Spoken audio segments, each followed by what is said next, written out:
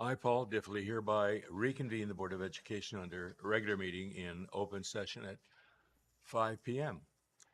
Please note that this meeting is being both recorded and live streamed for public viewing. We have a quorum present with all board members in attendance. I would like to welcome the community members in attendance this evening. As a reminder, governing board meetings are a business meeting of the board held in public, and although public participation is encouraged, it's not the public's meeting. It is the duty of the board president and/or clerk of the board to maintain an orderly, respectful, and peaceful meeting where all perspectives, voices, and opinions are welcome. Please refrain from speaking out when another person is speaking. It's just like being in a classroom. Same kind of thing. And how many times as teachers have we said that? At least a million. At the appropriate time on the agenda, individuals wishing to provide public comment will be called upon one at a time to do so in accordance with Board Bylaw 9323. The board cannot and will not respond to non-agendized items, but a staff member will reach out to you on matters that may need to be reviewed as appropriate. There's a report of action taken in closed session.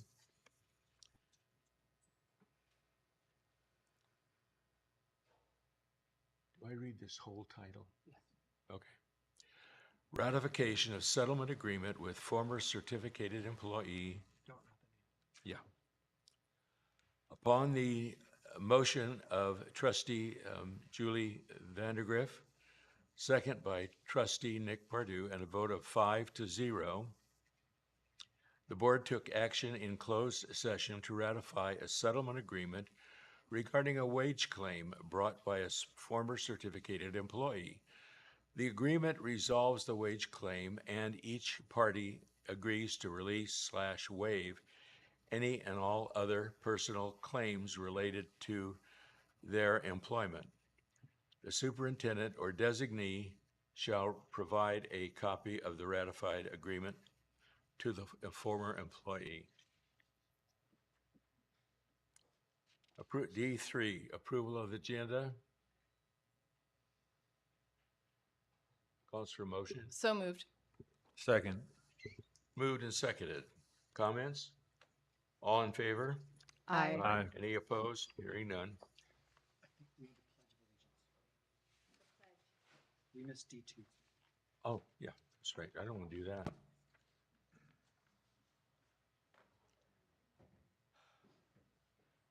Please stand for the Pledge of Allegiance. Ready? Begin. I pledge allegiance to the flag of the United States of America and to the republic for which it stands, one nation, under God, indivisible, with liberty and justice for all.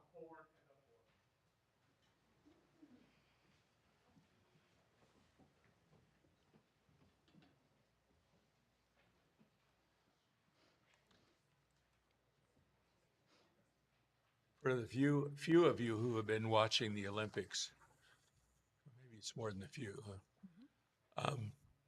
It's always interesting to me to see the individualism in the different winners, and yet they all get their country's flag and wear it proudly.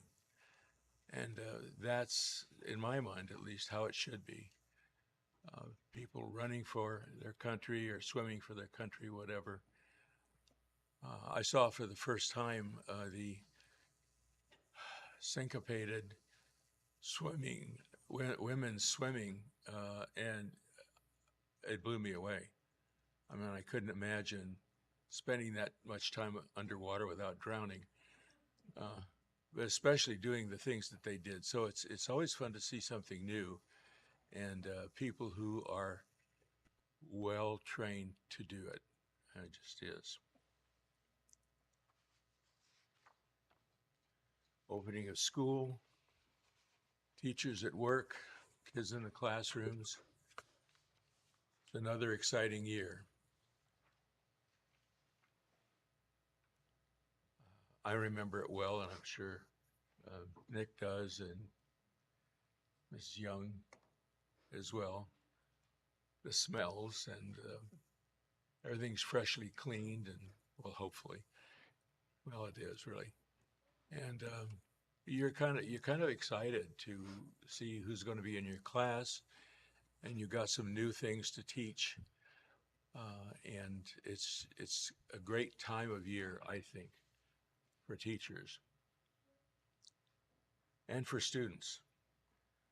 We have a very, very good district. We have dedicated teachers who have been here for years in many cases. They work, I was going to say their buns off, but I won't say that. They work very, very hard during the summer, even. Seeing things that, gee, I could use that in class, or I might be able to build something around that. And the kids are very much on your mind, even when you're on vacation. I remember one of my colleagues, I'd taken a group abroad during the summer, and he was on that particular tour, and we were sitting in Venice. Beautiful morning, no clouds, gondolas going back and forth, and I came down for breakfast, and he was there, and he was grading papers. And I said, "What are you doing?" "Well, I'm grading papers." "This is Venice. You're here for 2 days. It's beautiful. You can hear people singing, and you can see boats on the water." "I know, but I promised these guys I'd get this back." "Okay, I'm done." And I was frustrated, but at the same time, proud, because he had a commitment he had made and he was fulfilling it. And I thought that was pretty neat. Well, enough of that. Public comment E2. Do we have? Mr. Oh, Diffley, we do. before we go to public comment, may I say something about public comment? You may. Thank you. You know, public comment is such an important part of these meetings. It allows the public to come in and to share their thoughts with us and their ideas. And sometimes members of the public say things that we don't agree with. Sometimes members of the public say things we don't like. And sometimes members of the public maybe even share inaccurate information. But we listen to all of it. I think it's imperative that the members of this board follow public meeting laws and allow public commenters to speak uninterrupted. I was so disappointed in the last meeting when Mrs. Wells was shouted down during her public comment. She is a resident here of our school district, and she comes to many meetings. She was not allowed to finish her comment because her time was taken up by board members, and her time was not restarted, as I requested several times. This is not the first time this kind of behavior has happened. Indeed, it's the second time Mrs. Wells this happened to Mrs. Wells. The first time was when she was exercising her First Amendment right to speak at a public meeting. She was shouted at not once, not twice, not even 3 times, but 4 times.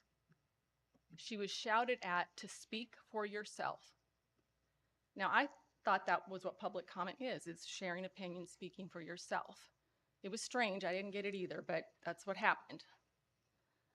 I'm asking for this board, my colleagues, we need to act like regular adults.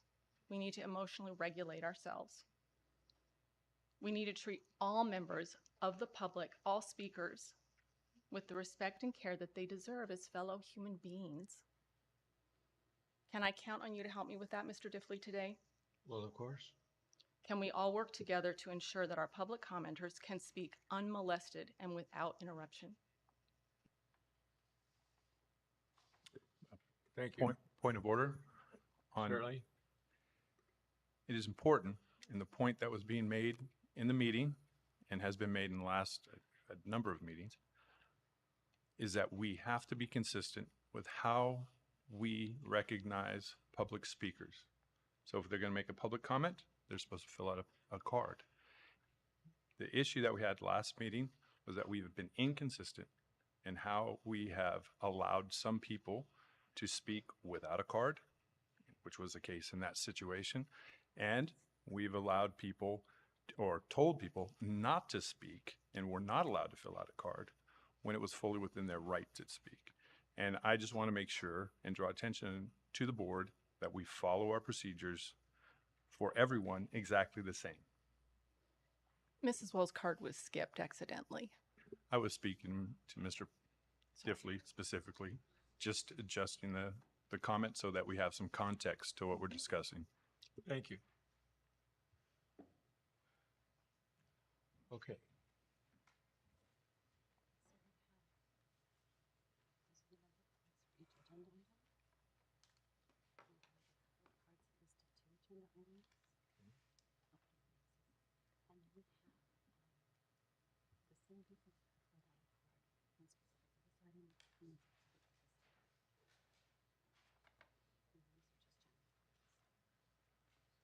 Okay.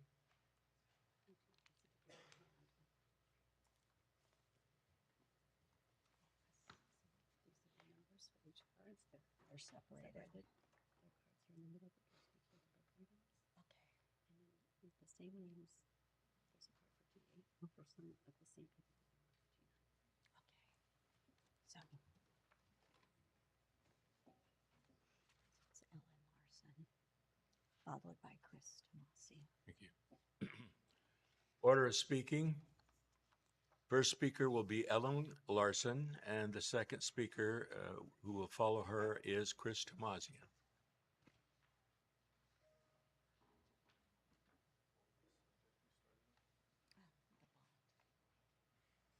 What is the subject? The bond.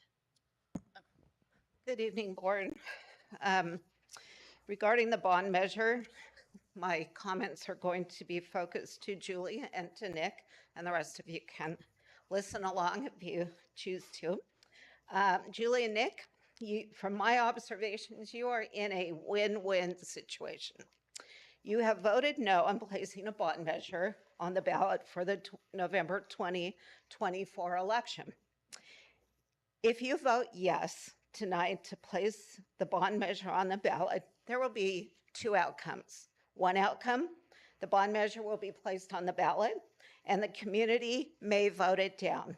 Then you can say, I told you so. The other outcome, bond measure placed on the ballot and the community will vote to support it. You can then say, I helped make that happen and receive accolades for your wise leadership. Think about it. Thank you. Thank you.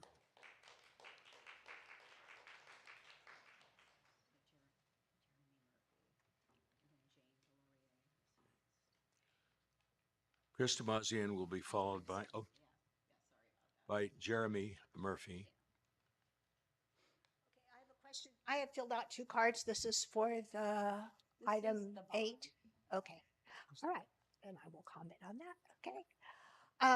The consultants at your last meeting made it very clear that certain schools would soon be over capacity and that there was a critical need for a new school on the west side. Fortunately, the board has already purchased land for that school. Unfortunately, unless the board votes tonight to place the school construction bond on the ballot for the voters, that land will sit empty for years, while families are forced to change schools to accommodate the population growth. When a bond is finally placed on the ballot in 2026 or beyond, the consultants will need to be rehired and school boundaries changed again due to the new school. This will cause additional financial costs for the district and emotional stress for families who must yet again endure changing schools. School board members are called trustees, as they have a fiduciary responsibility to the community. You all know there will be a state facilities bond on the ballot, and by not having our own bond on the ballot, Murrieta stands to lose $100 million in state matching funds. This money will be given to other districts if we wait to place a bond on the ballot. How can you explain to your constituents that you are willing to give away $100 million of their children's money? Board members have to realize that when they vote in an election, they can vote however they want. But when they sit on that dais, their individual position must sometimes be ignored. As an elected official, you have a duty to vote in the best interest of the district. So on November 5th, you can vote however you want. But tonight, as trustees, you have an obligation to vote in the best interest of this school district. I implore you both, Nick and Julie, to reconsider your school board trustee position. And I say that again, trustee position on the school construction bond and place it on the November ballot for the community to decide if they want to build a desperately needed school. Thank you.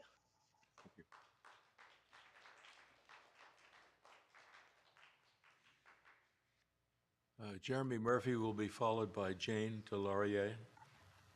Hi, I appreciate, oh, sorry. Okay. I appreciate the time. I'm a dad of 3 kids. I'm actually in Nick's trustee area. And Nick, you mentioned at the last meeting or the meeting before that nobody's really asked you, why you voted the bond down, but you did make it pretty clear about state funding. And also, you said specifically that if I vote for this, my constituents will think I support it. So I can tell you very clearly, I'm your constituent and I understand your position, but I would appreciate the right to vote on my kids' schools under the Prop 39 accountability measures.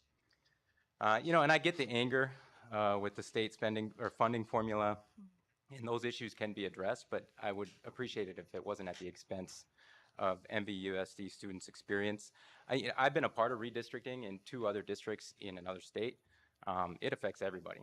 It affects whether you have students in the district or not. We're talking home values, we're talking traffic. It's miserable. And it shouldn't be, it's going to be connected to this issue, but it shouldn't be connected to any individual board member. It should be connected to a public vote. And it should be a 55% vote, because that's still a majority. So I'd appreciate you letting us vote using those Prop 39 guidelines, because it allows for a project list, it allows for accountability committee, it allows for a tax cap. The traditional prop, as was explained at the last meeting, is basically a blank check. And Nick, as you've spoken about transparency, this would be the most transparent way to move a bond forward. So I hope those goalposts stay in that position.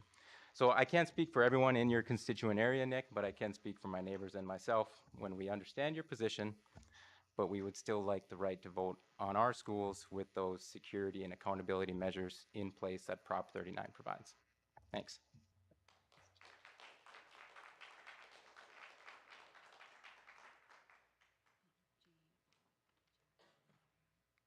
Jane will be followed by Jack Guerrero.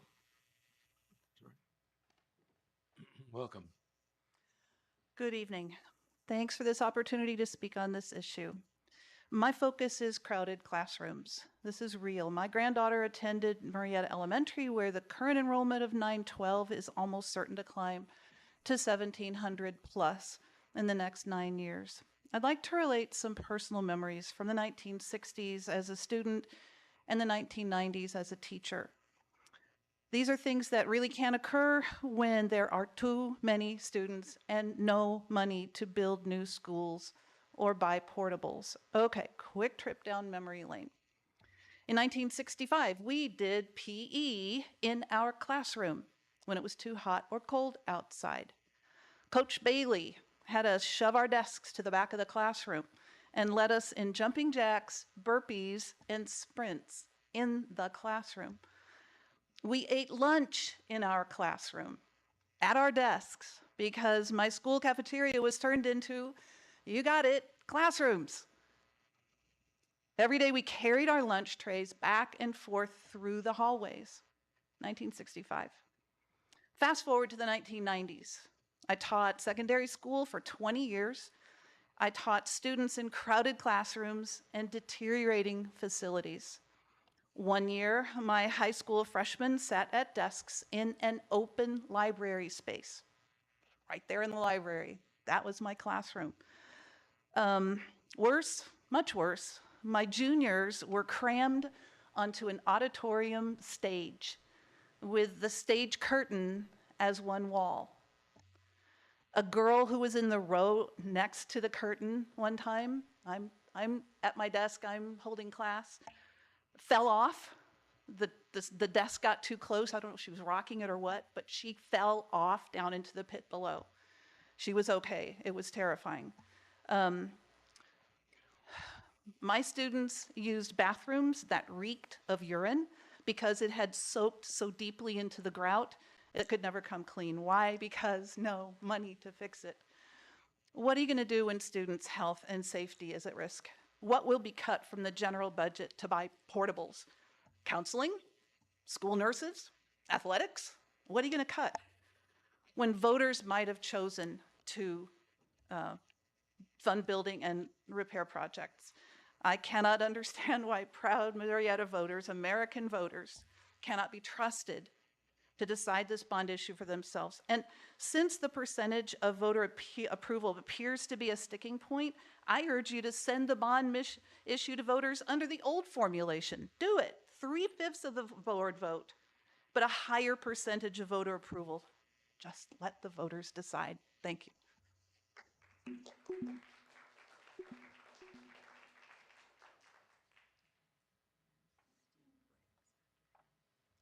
Good afternoon, ladies and gentlemen. I want to take this opportunity to address the bond measure head on and request respectfully again that you defer bond consideration to a future cycle when you are better prepared, when you complete your analysis, when you comply with the law, and when we have better perspective on government budgets at all levels.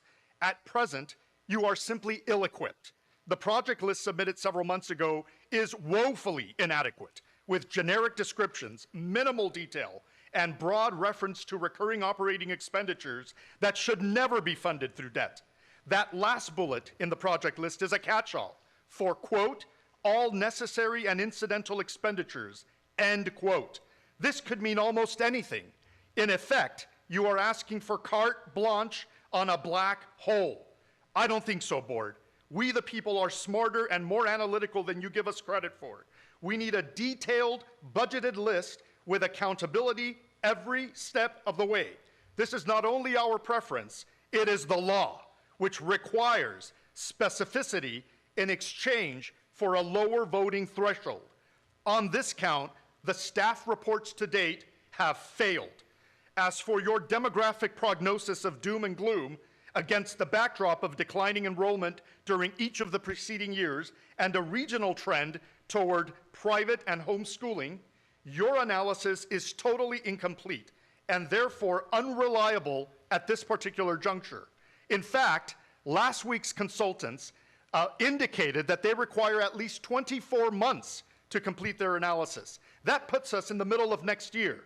But even their worst case scenario converges on 2031 as the critical point of inflection when 4 schools could potentially breach the 100% utilization threshold. At present, our combined utilization hovers around 70%, which provides a comfortable cushion in the near term, even under your worst case scenario. We have time to get it right, and that time starts now. You have a 2-year runway to complete the analysis and provide a detailed project plan with budgetary discipline and accountability measures at the next election cycle.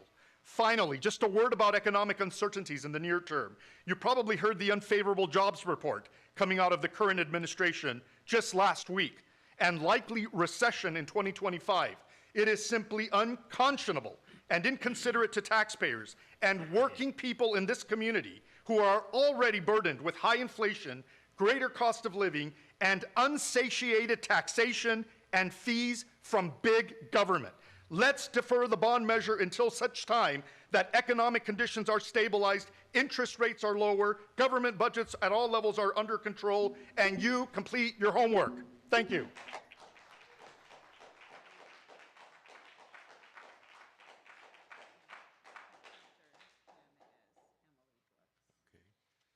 Steve Briggs, followed by Emily Brooks. Welcome. Good evening, members of the board. The bond is a very interesting topic here. And I'm not necessarily for or against a bond in one sense. I've been down this journey over the last few months, and I'm looking at board policies and the bylaws of the board and things like that. And I believe I'm kind of like one of those follow the rules kind of guy, you know? And so that's what drives me. My background is construction and engineering, and if you don't engineer the bridge right, well, we all know what happens, right? So when we follow our board policy and we follow our own, board bylaws, that's the driving factor of what we do on the board. And I say we, I'm not on the board, but we as the community who voted you guys onto the board. And there's all kinds of things in here that reference, the facilities, the master plan, those sort of things. It's all driven by our educational goals and the instructional program and the education program and things like that. And it says in here about facilities planning shall ensure the school facilities meet the following minimum standards and are aligned with the district's education goals and objectives. So our facilities should line up with how we're teaching our kids and what we're teaching them, right? And when it comes down to the financing, because there's a whole section, Board Policy 7210, is all about facilities financing. Yeah, we can pay cash for things, but a lot of people have a mortgage on their home, and they mortgage that, and they're going to pay 2.5 times what they actually paid for it. I mean, this is common. Everybody, most likely, if they go into their wallet, what do they have? They've got a credit card. Now, do we use a credit card every day of the week? No, we better not, huh? Unless we pay it off at the end of the month and we, resolve the balance. But, this is a decision that comes down to in 7214, when the board determines it's in the best interest of the district students, right? This is about the students. This isn't about the taxpayers. This isn't about your personal beliefs or opinions. This isn't about the right to vote, because quite frankly, the public doesn't get the right to vote until you get to vote. So it's in the best interest of the students. Is it in the best interest of the students? That's Board Policy 7214A. Is it in the best interest of the students? That's for you guys to determine. Thank you.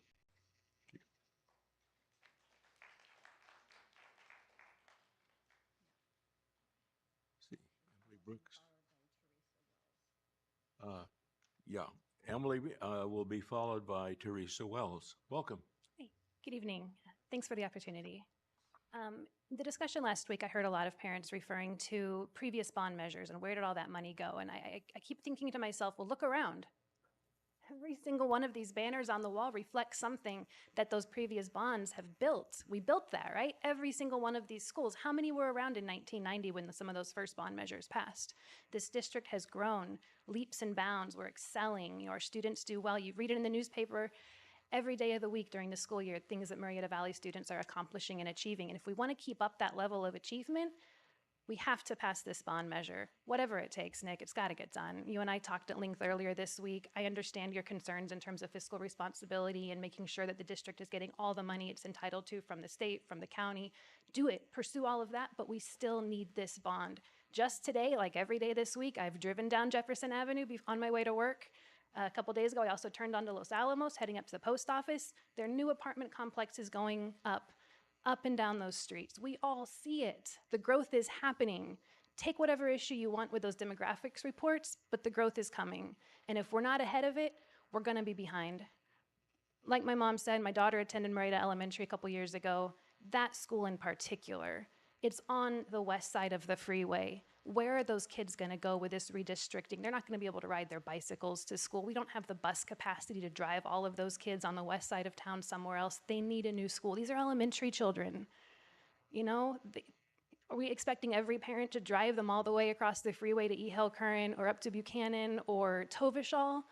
Realistically, these kids need a new school. They can't be sitting on top of each other. Research shows that kids do best in uncrowded classrooms with teachers who have their undivided attention. My daughter was in a crowded classroom and it was first grade. And there was an issue with her headphones. Teacher didn't know. Within the first 2 months of school, Amaya's reading scores went from way ahead of the pack to me what was unacceptable. And I asked the teacher at her first parent-teacher conference when it came to my attention, said, what's going on? What's the problem? Why can't you kind of sit with her and see what the problem is? And she said, I don't have time for that. I've got all these students. I don't have time to check in.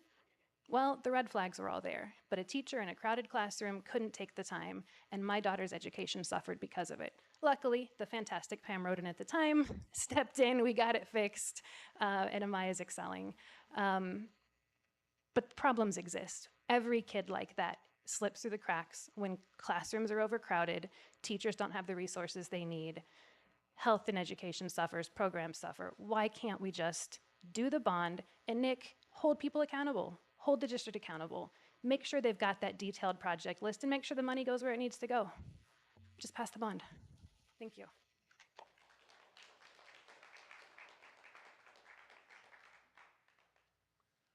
Teresa will be followed by Lori Nielsen. Hello, everyone. This is a very sad night for me. I know the bond measure is not going to pass. I can tell by, I've been coming to these meetings for 2 years, and I can pretty much tell, I can read the faces of Mr. Vandergrift, Ms. Vandergrift, and Mr. Pardue. And it's very sad to me because it appears to me that the thing behind all this not passing the bond is the desire to defund the schools, which is the du jour thing of the Republican Party right now. But it just seems kind of elitist to me to expect everyone to have a Nordstrom budget and put their kids in private schools or homeschool them. And I am so glad my Irish grandmother, who came here to the United States because the English would no longer allow her to go to school past the age of 15, isn't alive, because from her I learned the importance of education, and so many families get ahead by a good education. And when you have a well-managed school district like this one, that's where the leaders come from, and this district is creating leaders. And I hate to see that go away, and I know there's no chance I'm going to change your mind or your mind. That's just the way it is. But it is really unfortunate to me that you are following Mitra's lead in your desire to be important. It's just awful. If the bond doesn't pass, we are going to have the overcrowded classrooms. The lot is just going to sit there that you purchased. And, Murrieta Valley has consistently been the top-ranked district in Riverside County. That won't last. People move here for the schools. Property values are dependent on maintaining our great schools. Please change your mind and tell us that you're listening to your constituents. And by the way, last week I did fill out a card to speak. It was just accidentally bypassed. Thank you.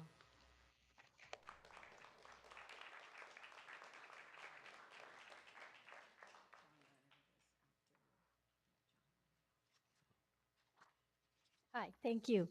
I'm going to bounce all over the place, which is not like me.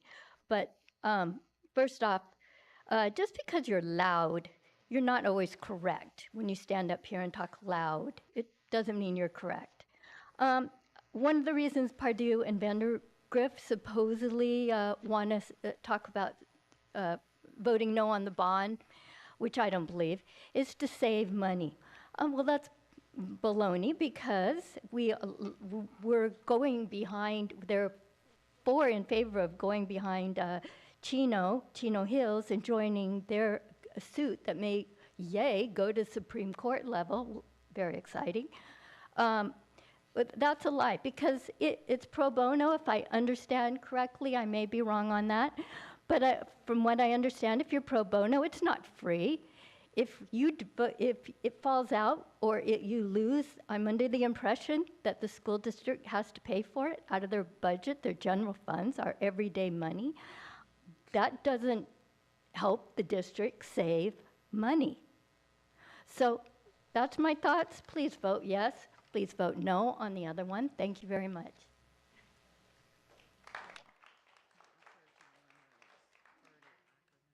Oh, yeah. Good. John Leonard, who will be followed by Bertie Ackerman.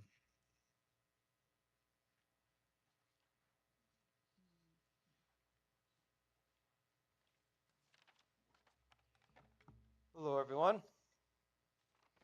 Okay, I'm here once again to express my opposition to action item G8. We cannot approve of this tax measure for many reasons. It's ill-defined, burdens taxpayers, and lacks transparency. Additionally, the board's past actions have not given us confidence you will be acting in good faith. Namely, you have failed to provide a detailed project list and meet other stipulations as required by Prop 39. I've heard teachers and board trustees touting this community as having great schools. This is an illusion. Half the students in our district don't read, do math, or write to grade level standard. We may be far better off than the rest of the county, but that's far from being great. Seemingly, this district can't make do with a $360 million budget that disperses more than 86% of that amount on benefits and salaries alone. We need to hear more about how you plan on improving test scores rather than jumping headlong into yet another $200 million tax. Sacramento throws billions down the tubes on a regular basis, yet this board doesn't demand funding that many feel is already due to the district. We need fighters and a board president that will push back against Sacramento. A prudent trustee would look first to reduce budget spending and demand better results from district administrators. I urge all of you to pull up your boots and get busy making difficult decisions rather than taking the easy route of taxation. A no vote is not a vote for deconstruction of the district, but rather a vote that opens the door to financial reform, academic achievement, and accountability for both. Now is not the time for incurring more debt. We must first look to cut costs and actually achieve more with less. We have options. Property has been purchased. Tightening the spigot on district transfers and spreading students around a bit isn't the end of the world. I commute to San Diego every day, and I won't be shedding a tear for a teacher who is asked to drive cross town to work or take a child to school. This nation has become addicted to borrowing money, and it is our ruin. We have lost all sense of frugality. Our grandparents raised the greatest generation. They did so not with prime rib bought on credit, but with a pot of soup and hand-me-downs. Tragically for some, that lesson has left our memory. We, the parents and taxpayers of this community, urge you to find inspiration in that memory and vote no on the proposed tax resolution. Thank you. Thank you.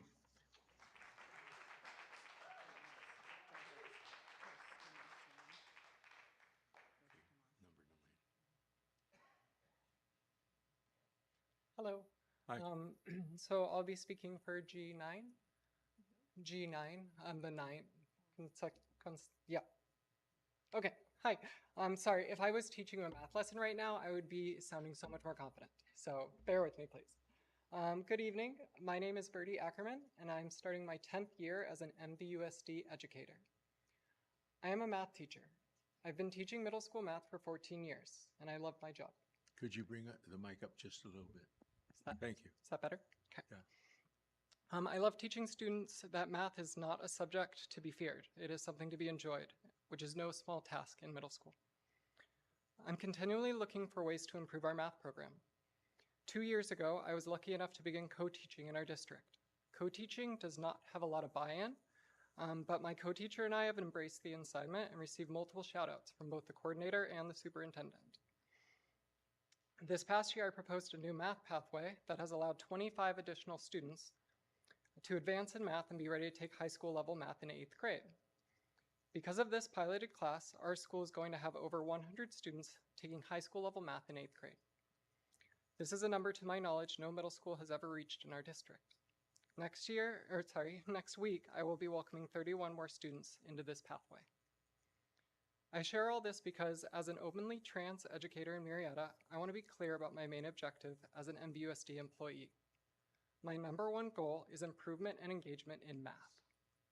Please vote against joining the Liberty Justice Center. Instead, let us please move forward with the trust that educators like myself teach with passion, communicate with parents, respect our students, and love teaching for Murrieta Valley Unified School District.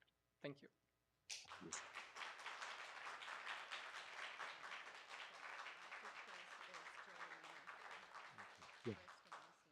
Yeah, okay. Next speaker on the same new topic is Chris Tomasian, who will be followed by Jeremy Murphy.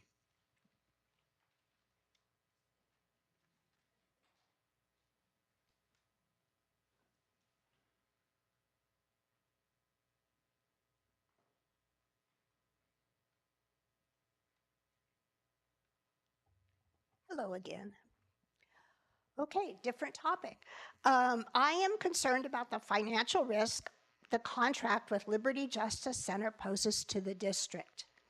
In Section 5 of the contract, the consequence of losing the lawsuit is clearly spelled out. If the court awards attorney fees, damages, or costs to the opposing counsel, the district must pay that. A court case like this against the state of California is going to cost hundreds of thousands of dollars, and a loss means the district will need to take the money out of the general fund, out of our classroom budget. What will be cut?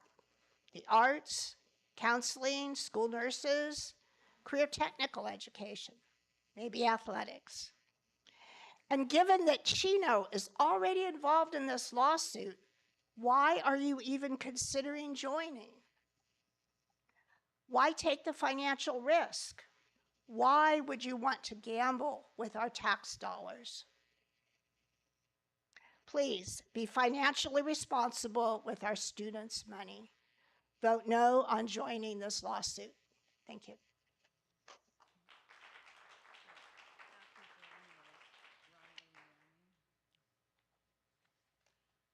After Jeremy will be Riley Niemi. Yeah. Welcome. I appreciate the time again. I am a dad of 3 kids in the district, like I said before, and it's good timing because I actually filled out the parents' rights paperwork in Aries, the multiple pages of parents' rights. So that was kind of nice to refresh my memory on.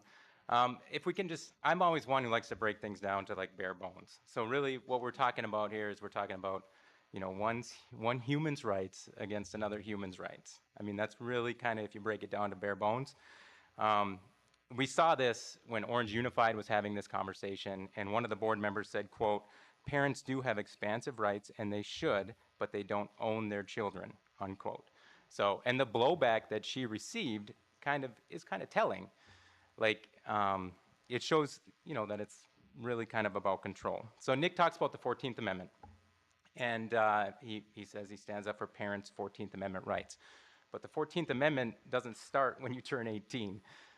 So he wants you to believe that a 26-year-old parent's 14th Amendment is stronger than a 17-year-old student's 14th Amendment. And that's just not true. But he's also said that a child doesn't have individual rights until they turn 18, which is also blatantly untrue.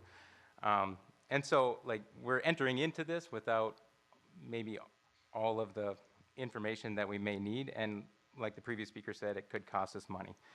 So Nick also likes to talk about compromise. So let's talk about a couple compromises. You know, Chino is already filed this, it's an injunction because they have an AR already in place, and so they're just filing an injunction to stop that AR from blocking their policy. We don't have an AR yet. So let's write the AR, approve it through the normal board process, and then consider joining the injunction to stop it. Because right now it's not really stopping anything anyway, because there's no AR in place. So that's one possible solution, compromise. The other one is there's 8 individual plaintiffs that are in this lawsuit. They're all quoted as being devout Christian, and it expresses their beliefs in the lawsuit. There's really nothing stopping a board member or a member of the public from individually joining as an independent plaintiff. So those are the couple of compromises that I wanted to just mention, just because as a taxpayer, and I know we say pro bono, but the lights have to come on when you're printing off paperwork for Liberty Justice Center. It's time is money, and when people are spending their time collecting the paperwork and putting the information together for them, that's costing the district money. So I would just appreciate when it's just a lawsuit that's pitting one student's rights or a student's rights against another individual's rights, I would like us to consider other options for the benefit of our students. Thanks.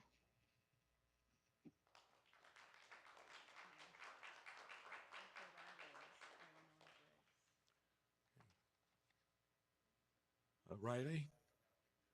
And after Riley, we'll be hearing from Eleanor Briggs.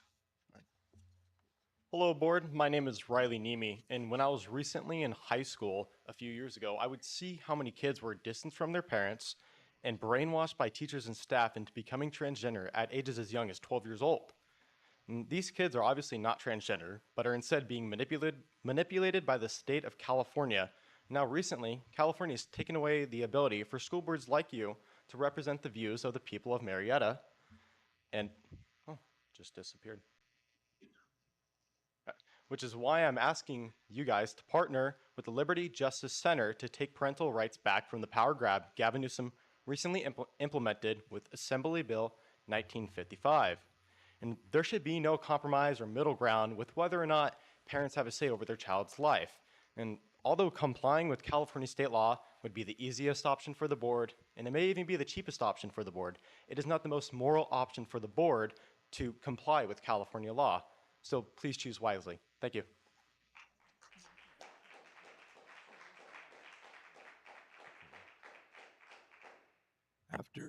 After Eleanor Briggs, we'll hear from Teresa Wells on this matter.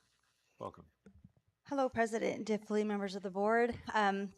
You know, I was reflecting today on my way here to talk about AB 1955 and my request as a parent in the district that we join this fight because in September of last year, I've been telling the story over and over again about what happened with my son at Dorothy McElhaney Middle School and the board's response and how I still haven't gotten a satisfactory response. So now, in light of everything going on nationwide and based on Title IX, I understand that there's a little slower route to get there. But Ms. Lund, who is my trustee for Area 4, reached out after that meeting when I said that I'm your trustee. I don't agree with, I'm in your area. I don't agree with what you said. And I will tell you this. After that meeting, definitively, Mr. Diffley, it was after that meeting that I decided to run for the board upcoming November election. I want you to know that I am not coming as a political activist. Someone posted on social media that, oh, she's a political activist because she hates transgender students and she's transphobic and she's homophobic. Anybody who knows me knows my character. None of those things are true. So whoever's watching it publicly now, please know that when I have made this now bid for this seat, because Linda Lund has refused to fight for the parents and students of my trustee area, and 22,000, you're right, Linda, I was incorrect with 23,500. It's 22,000 students in my district. I am asking the board, I'm actually pleading with the board to please consider that you are not just asking to say, hey, let's talk about this lawsuit. No. At that meeting, I specifically said to Ms. Lund, why are you not willing to take it to the Supreme Court? Is it going to cost money? The members in here or the people in here, 100% it's going to cost money. But what is it going to cost us as families? What is it going to cost us as a community to not be able to parent our children, to have these wonderful teachers? I love teachers. Let me tell you, I went to public school. My kids have gone to private and public school. I have 4 kids. Teachers are phenomenal. Do they deserve raises? 100%. Do they deserve backing from the parents? I try to help at every turn. I like to bring snacks when they request it, whatever they'll request. Every lacrosse game I am at, I am an involved parent. For you guys not to be able to say, hey, let's partner with some of these other districts, and the gentleman who said that there are only 8 plaintiffs, just this morning there have been 3 school districts that have been added to that suit. So I just want you to know, I am asking you, I will rally the troops, whatever it is that you need to say, hey, I'm going to support this. We will get the community behind you. We will find the people who support it. Because, Linda, you can shake your head, but the truth is there are parents who care. There are parents in this room who love their kids. And you disregard that if you say you won't even have the discussion. So please, I am asking that you would please work together and do the suit against AB 1955 in the state of California.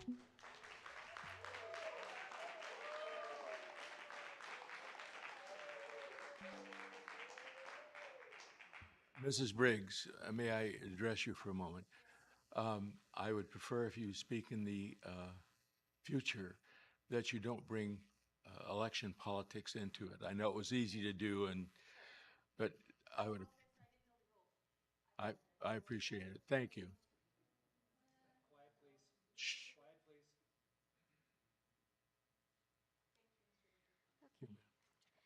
I'm afraid I disagree with a past speaker because I think, although not in this particular room, but I do believe the majority of Californians support Governor Newsom's AB 1955. I am hoping tonight we can have at least one really good board decision, and that would be to deny or not to disjoin the Chino Hills District in the Liberty Justice lawsuit. The Chino Hills School District is taking a big risk spurred by passion, not by financial logic. I doubt Chino Hills has carefully read the contract they've signed. That contract will certainly enrich the lawyers, as lawsuits always do, but the cost to Chino's students, which means the classroom budget, could be massive. There is no guarantee the Chino District will win, and with the changing political polling in the last few weeks, which has even surprised me, the likelihood that the Supreme Court will continue to make conservative decisions is not guaranteed either. There exists political sentiment turning against the court at the present time. I request that the board read the entire contract and pay close attention to Section 5. Section 5 says that if the district loses the case and opposing counsel is awarded attorney fees, damages, or costs, our district must pay that. I assume that joining the Liberty Justice lawsuit will make Trustee Pardue happy to be associated with this undeniably conservative cause. However, that honor for him could result in financial pain for our district. I believe Mr. Pardue has political ambitions beyond this school board, which is his right, and that he is supported by Mitra, but I do not believe this is something our district should support. In conclusion, I ask, why join this lawsuit? Chino Hills has already foolishly taken this risk. We do not need to follow in their footsteps. Thank you.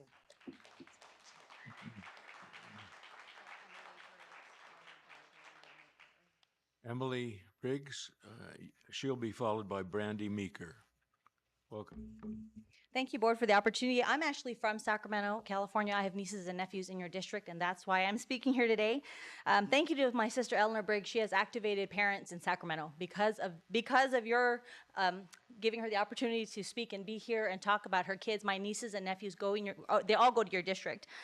I will tell you her outright passion is affecting change in Sacramento. I will be at the next board meeting for my school district, which I was not as involved as I probably am right now, and I'm very grateful for that.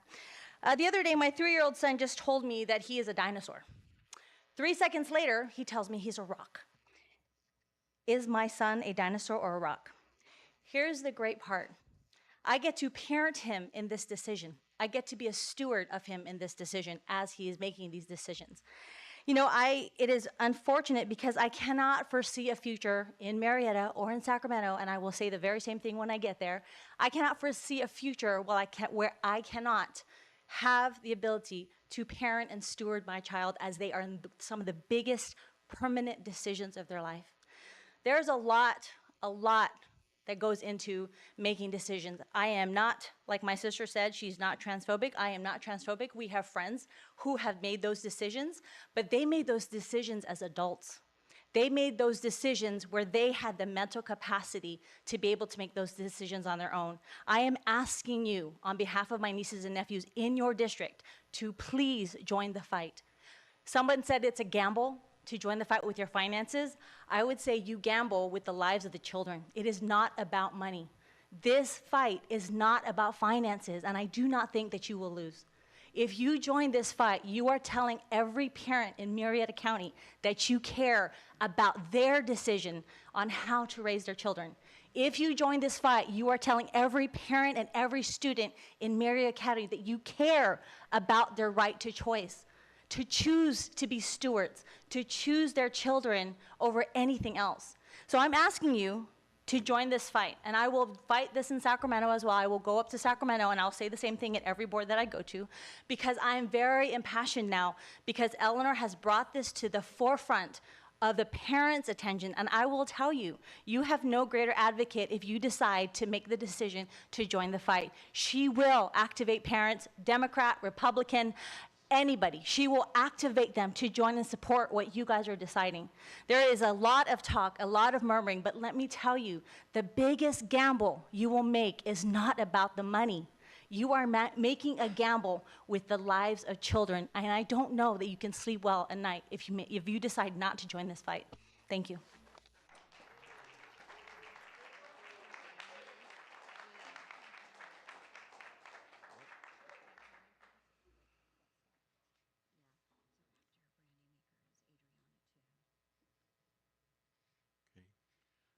excuse me for a second. Following Brandy will be Adriana Toon. Welcome. President Diffley, Board, thank you not only for listening to us, but taking the time to actually consider all you have heard tonight when making your decisions later on these important subjects. Regarding the proposal to join other schools in suing the state over the implementation of AB 1955, I highly encourage you to join that effort. The nuclear family has, since the dawn of time, been the most important civil society institution. Until very recently, children's upbringing has long been recognized as the right of parents and not the government. In the 20th century, communism reared its ugly head. One of the main goals and tools of communism is to destroy the family as an institution. Karl Marx himself said, "Abolish the family." It was standard practice in Soviet Russia for schools to turn children into snitches against their parents. The state wants to control your children and replace you as the guiding force in their lives. With that dominance, the state will be able to turn families against each other and create allegiance to the state. From trying to mandate pre-K and now inserting themselves into the most private decisions of families, they are very far along in their goal. No matter where you stand on gender theory, this is not an area where you want the government involved. Being a young adult is very difficult under the best of circumstances. Now the government is saying that a teacher knows better than you how to deal with a very delicate subject like transgenderism for your child than you do. All this does not even bring up the fact that teachers should not be discussing private sexual decisions with minors. This is an open invitation for exploitation. Murrieta Valley School Board, please pursue this flagrant violation of parental rights and the further destruction of the family in America. Thank you.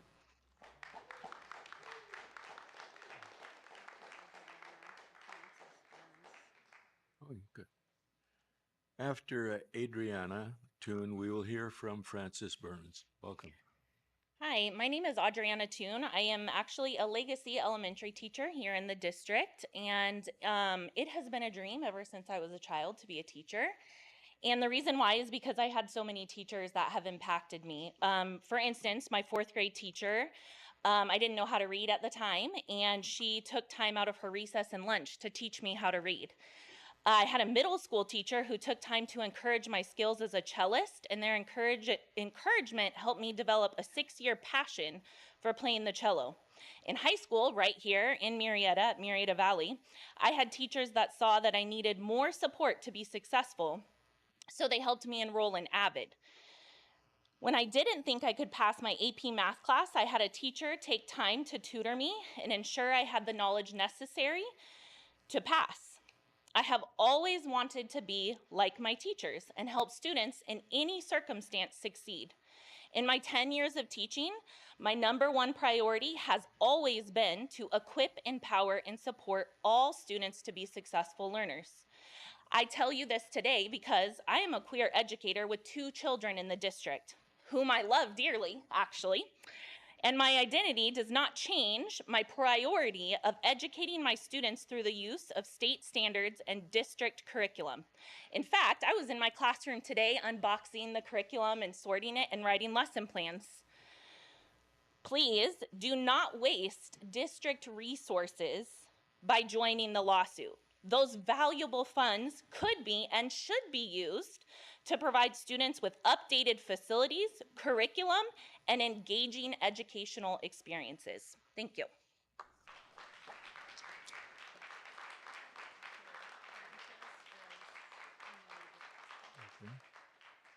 Following Francis Burns will be Emily Brooks again. No, yeah. Welcome. Thank you, President Diffley. Good evening, board members. Good evening, Dr. Andrus, and good evening, President Diffley. Tomorrow morning around 7 a.m., I'm going to go to my classroom 602 at Thompson Middle School and begin preparation for the upcoming school year. On Wednesday, I will begin my 29th year teaching as a math teacher and the 20th year in this district. And Dr. Andrus, I'm going to expect one of those 20-year service pins for you soon. They're really cool. Now, you're right, President Diffley, this is normally the time of the year when we are excited about an upcoming school year. And normally that's the case for me, until the passage of AB 1955. And I'm going to tell you why I'm less excited now. Because now I may be put in the unenviable position of having students share things with me that, number one, I don't want them to share with me because it's frankly none of my business. And then number two, I will be having to keep secrets from parents regarding these important issues. We require parents to be notified by dozens of other things that are far less significant than the issue of wanting to change your birth name, pronouns, or consider transgendering. It is extremely unwise not to involve parents regarding this issue. And I don't know why that's so hard for people to understand. I'm really baffled by this. This assembly bill makes me nervous, frankly, and I'm not looking forward to this school year as much as I was because of the passage of that bill. Last year in August, this board passed a policy to notify parents about these issues. And in my opinion, that was the wise thing to do. That was the right thing to do. Obviously, this bill is in stark contrast and contradiction to that, and I am opposed to it. And therefore, I am in favor of the board adopting the approval as noted in agenda item C9 to join in this litigation so that this board has the authority to enact parental notification policy with regarding these issues. Thank you very much for listening.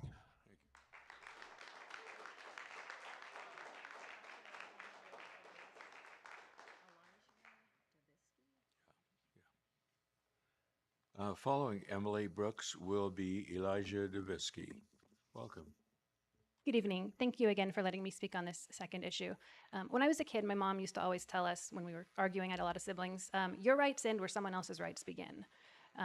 Now, I later went to law school and learned it's a little more nuanced than that, right? Children have rights, parents have rights. This particular issue, the parental notification, there is no mention of it in the Constitution. It's not in the 14th Amendment. The 14th Amendment, like another parent said, protects everybody. It doesn't start when you're 18 years old. There are lots of areas of law that recognize rights of children, even to keep secrets from their parents. And Nick, after our discussion on Monday, I sent you a chart that outlines a lot of those areas. What concerns me with the parental notification policy that this board passed last year is that students' rights, children's rights to privacy are not protected by that policy.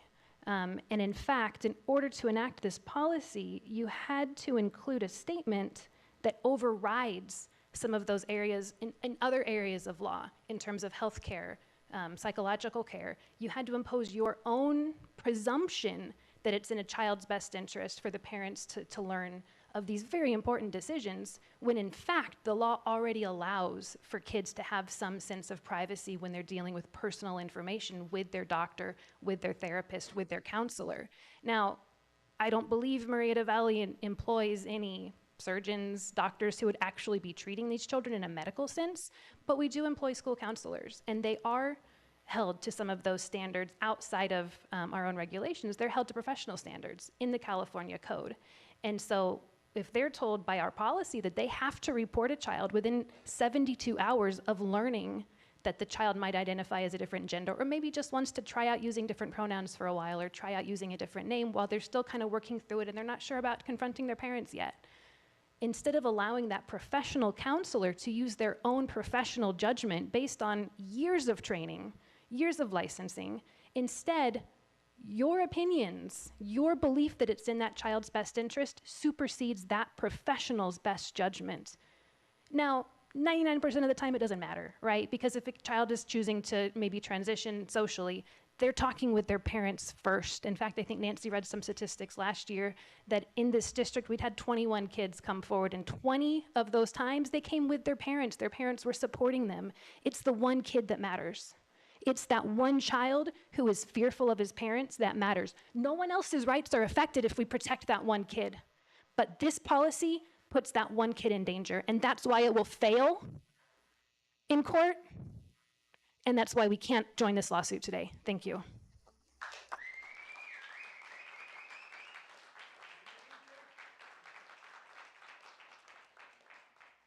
May I remind the audience, this is not a football game. Whistling is out. It's hand clapping. Thank you. So I misunderstood. I thought I was going to be talking about the bond, but that's my mistake. To begin with, I support Murrieta Valley Unified School District supporting the lawsuit and joining into it. I don't think that the school should be hiding the knowledge that the kids tell them that they want to be trans, that they think they're trans, that they're the opposite gender. It's the parents that should be aware of this. The parents should know about this. The kids can't make these decisions themselves. I agree with this lawsuit. Parents need to know this. The children aren't mature enough. They haven't grown enough mentally to understand this. They don't understand that this could have a permanent effect on them, even in the future. Look at Chloe Cole. She regrets her transition. Do we want our kids to deal with that too?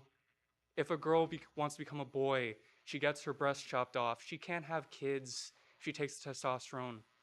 That's a permanent, damaging change to their bodies. Same thing for boys who want to become girls. That's all.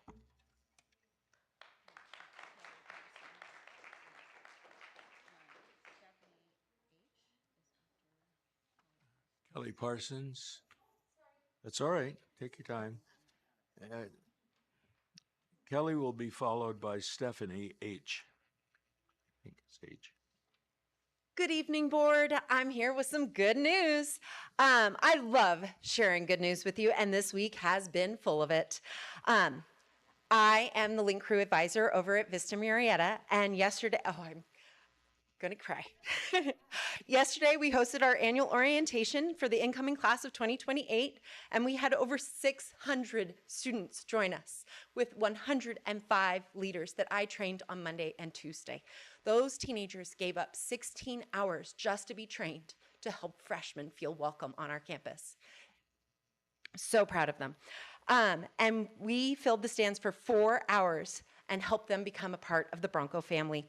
Earlier today, we spent another morning providing individual tours for students and their families after they completed our Bronco Roundup. That's our version of registration. If you would like to see these leaders in actions, I welcome you, and they'll happily give you a tour. We'll be back at it tomorrow from 8 to noon at the Vista campus. And if you get a chance, tomorrow morning, I know Murrieta Valley is hosting their Link Crew orientation. It is bananas. It's so fun. The leaders have such a great time, and every single freshman is there. They're there to feel welcomed and safe on their campus. And let me tell you, if you need a shot of joy, go for it. I really encourage you. It actually made me think of something that Dr. Andrus shared with us last week at the start of his presentation about redistricting. We want our students to have great experiences with great adults in great spaces. For so many families, the last week has checked all those boxes. However, we know that that won't always be the case. As shared last week, our schools are going to be impacted because people want to be here. Isn't that a fantastic problem to have? And the west side of town, we know, is going to feel that effect sooner than most of us. I'm on the east side of town over at Vista Murrieta, go Broncos, and so we're not going to feel it as much. But this year, we've had to stop accepting our transfers. I got the little bleep blop bloop thing that comes through on the website that says, hey, if you want to go to Vista, we're so sorry, your transfer can't come through. So that we're feeling the effects of it already. I'm asking one more time for you to consider how your legacy on this board and in our community will be defined. I am in favor of democracy, and that includes allowing our community to access voting to a Prop 39 style bond measure. And with 30 seconds left, Mr. Diffley, I also want you to consider voting no on that silly lawsuit. I don't think joining Chino, let Chino be Chino. We're little old Murrieta. We don't need that big city stuff. All right, thank you.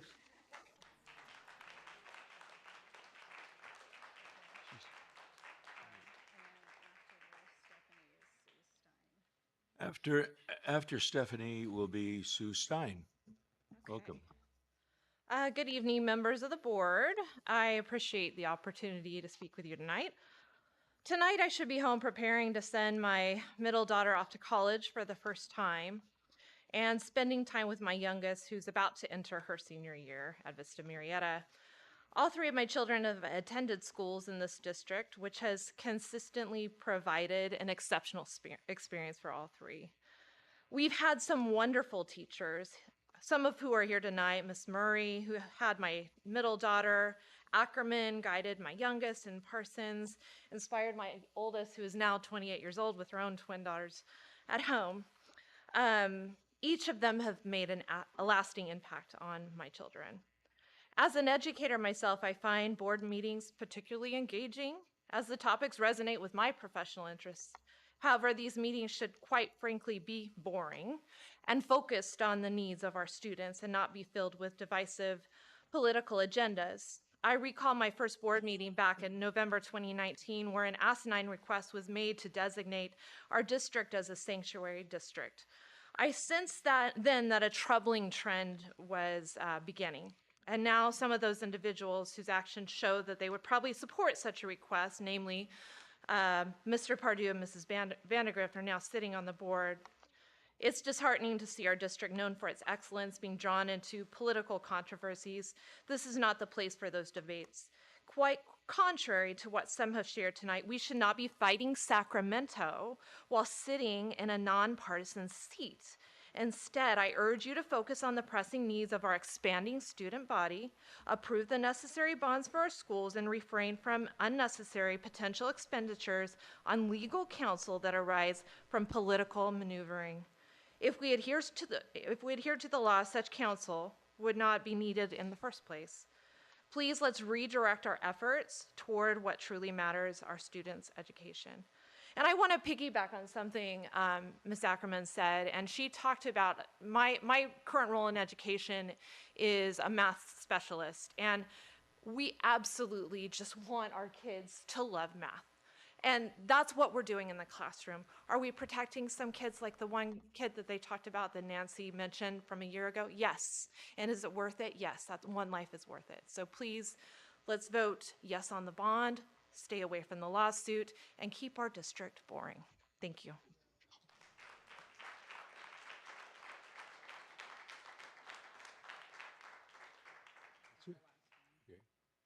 Welcome. Good evening. I'm Sue Stein. I agree with you. I'd like to keep it boring. I came up here and I had some things to say. I want to thank you for serving. People have asked me, do you want to run for board? I don't. I don't want to sit in your seats. I don't want to be criticized.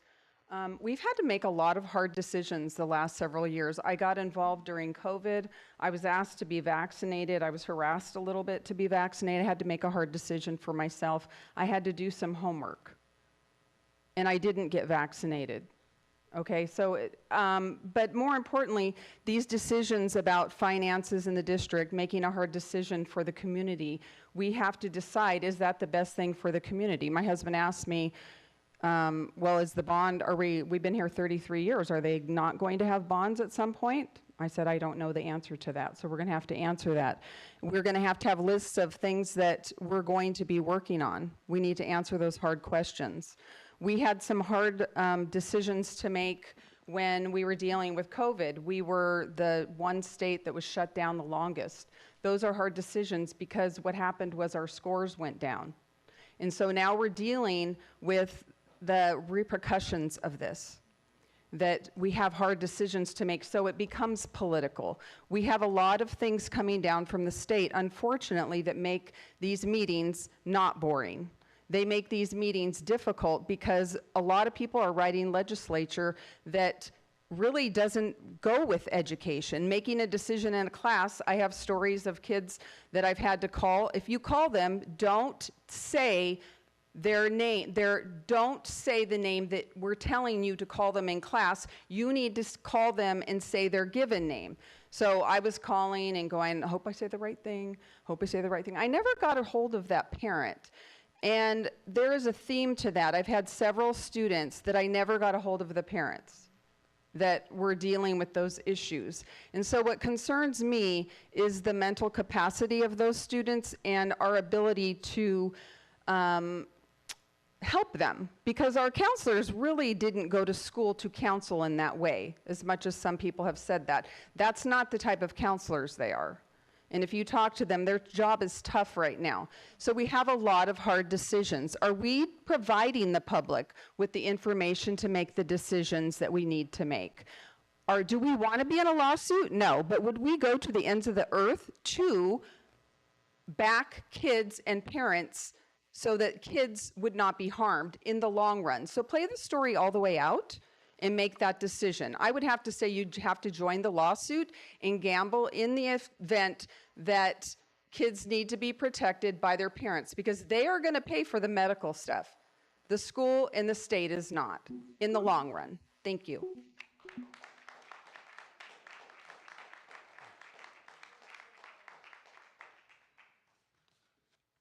Thank you all for participating.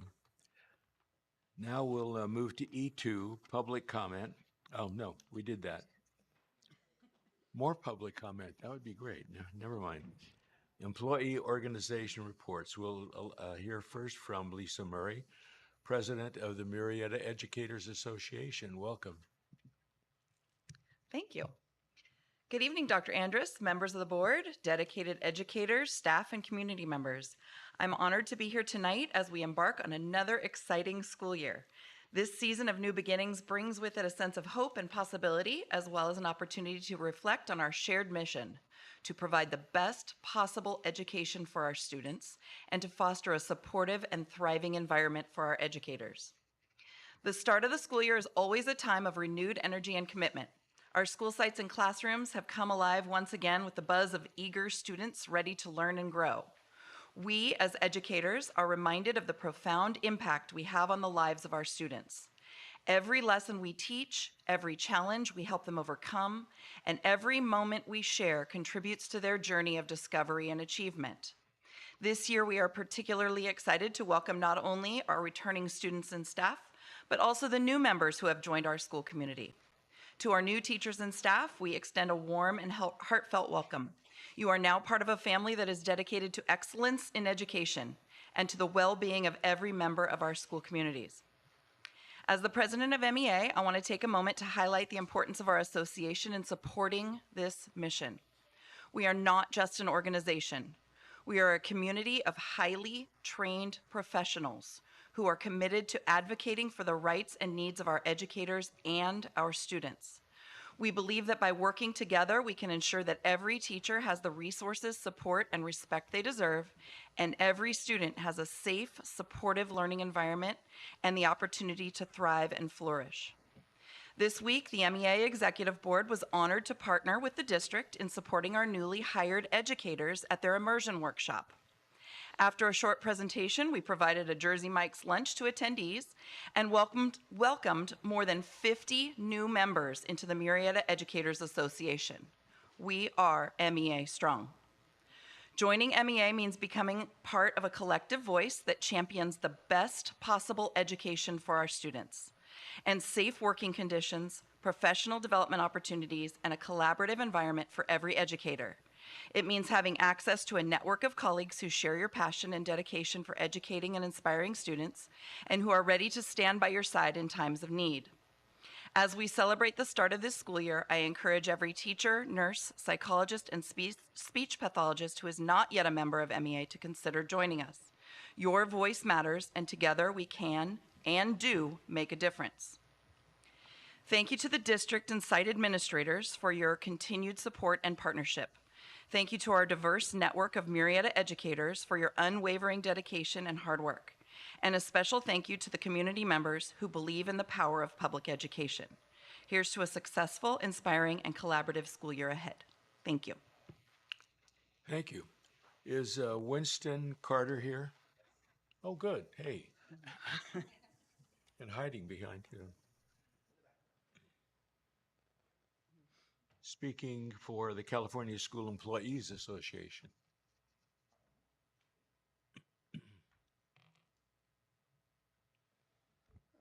Good evening, board. Freddie wasn't able to be here tonight, so I'll speak on his behalf. I'm a second vice president, CSEA 223, and I'm going to speak on behalf of all my fellow class of employees. Summers are a little quiet for us. Everyone's on vacation, enjoying their time off. But we did have a meeting recently and passed several important items, getting a little more better ranges and refining positions for a number of our fellow classified staff, reflecting the work that they do and recognizing, changing, jobs. Things evolve over time. So some of these changes reflect that. We had the opportunity recently, some of us, to attend the CSEA conference. It's my first time, and just seeing in action everyone coming together for that unified cause was just really amazing. That we're all, working together to support the, schools and staff and each other, and do the good work of making schools go. So critical. As we like to say, we are essential, and I believe that. I've been in the district for a long time, legacy employee. So I've seen both as a student and as a staff member the work that goes into keeping schools running. From the guys making classroom clean, and the health techs making sure students get their medicine, the folks in the office who help all their parents. It's so many people, and this time of year I talk to so many people who are getting things going for getting students enrolled and making sure parents are all set for kids to be in the district. It's just amazing, the machine that we have going here and how well it runs. It's a credit to how well Murrieta as a district is run. It's really impressive. And my breath here. We have our next biannual day meeting next week. So I'd like to invite all of our members to please come out to that. We'll be discussing important business of the chapter. There'll be a lunch. Won't be Chick-fil-A. There's some variety this time. So please, guys, come on out. And thank you, everyone, just for all the hard work you're doing out there. It's appreciated. I know everyone appreciates all the work the classified staff are doing. Thank you. Thank you.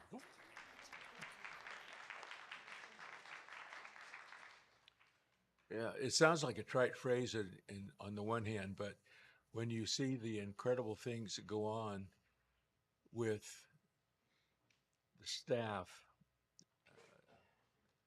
it's really amazing. I mean, from pulling up weeds, running that giant mower, which I got to try once. That was really cool. Everything that happens that makes the school run, it is a machine, because we have good people in leadership, and we have good people working with them. And I'm really glad they're doing it, because I hate mopping floors. I did that for a couple of weeks when I was very young, which was just after they invented bread. Moving on to F, consent calendar. Now, the consent calendar items are voted on collectively as a group.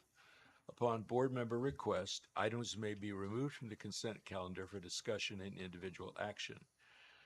And they incorporate things like the ratification of report of purchases and warrants issued, acceptance of donations, approval of out-of-state travel, English learner authorizations, approval of minutes, yada, yada.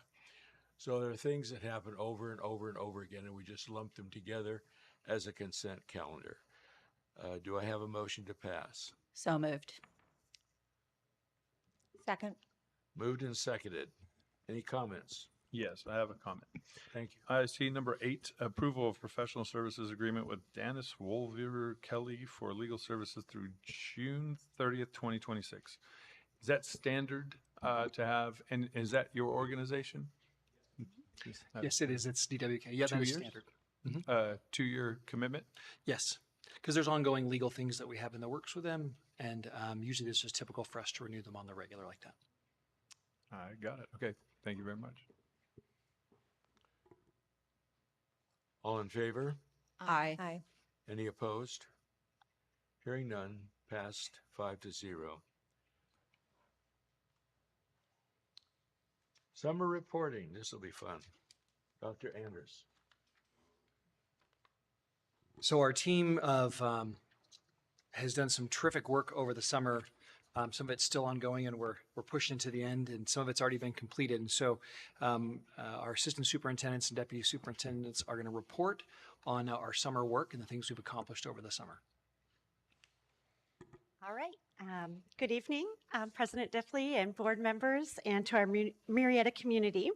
It's my pleasure to start us off tonight with an update on our summer learning programs and some additional ed services updates. While summer is downtime for some, our team had many programs up and going, serving our students and families. And I'd like to start with one that may have particularly caught your attention, and that is our, drum roll please. Thank you. Summer Spectacular. Have you heard of this yet? If you have not, I am pleased to tell you that Summer Spectacular was truly spectacular. I want to give credit to Joe Parla for developing this concept, and to Rob Lurkins and Kathleen Israelson and our team at Family Services for bringing it to life. This year, we moved from our traditional summer school program to an enrichment program funded through ELOP. You will see some of the details on the slide, just time and number of kids we had enrolled, almost 1,000 kids. But essentially, students were grouped by grade level cohorts and rotated to take part in 3 enrichment classes each day for 3 weeks. Classes ranged from robotics and crochet to Spanish to art. I'm going to show you some pictures of some more so you'll get an idea of how cool this was.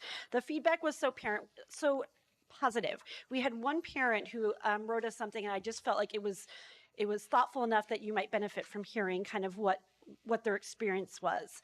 Well, my children had such an incredible time at both sessions of summer camp. I truly want to thank you and everyone who organizes and or runs the camps. We normally have to pay $3,000 to $4,000 for my kids to go to a summer camp through a private organization. It really helped us to save this money. It offers so much more too. My kids enjoyed their classes. The teachers and aides were so nice. My kids came home with the most creative projects. We really hope Murrieta offers this again next summer. So I also heard a funny story of a parent who said, it was so nice to drop my kids off and go run all the errands I couldn't do with them by my side. So just a lot of service to our families, but then also, of course, the experience for our students. And so as promised, here are some slides to give you a visual, just a glimpse into the experiences that our students had at Summer Spectacular. Water slide challenge, STEM, a lot of STEM type activities. You see a picture of picking up badges, musical theater. I got to see one of their ending performances at the end of the first 3 weeks. Here's another slide with some more robotics, art and action, film production, multicultural art, just a lot of fun things. I'm assuming the film production is CG. Yeah. Thank you. Yes, absolutely. It really, as you can see, was all about kids learning through engaging experiences. Definitely a success for our district and our community. I also want to highlight some of the other enrichment programs that we had taking place this summer. Our SEED childcare camp served about 200 elementary students at the same schools in which the Summer Spectacular occurred. In fact, 80% of the students from our SEED camps co-enrolled and attended the Summer Spectacular during the hours that it was held. They also had their own enrichment activities, which you'll see listed. And then our about 60 young students from 18 months to 4 years old took part in our full-day preschool program at the Avaha Family Center. Additionally, about 200 students K through 12 took part in Extended School Year, or ESY. This program is held annually for our students with disabilities who benefit from continued services during the summer. This year, the programs took place at EHEL Curran and Vista Murrieta, and they had an Olympic theme. So you'll see our student with the peace sign, he's holding his Olympic torch. So the kids really got into that whole theme and really enjoyed that time.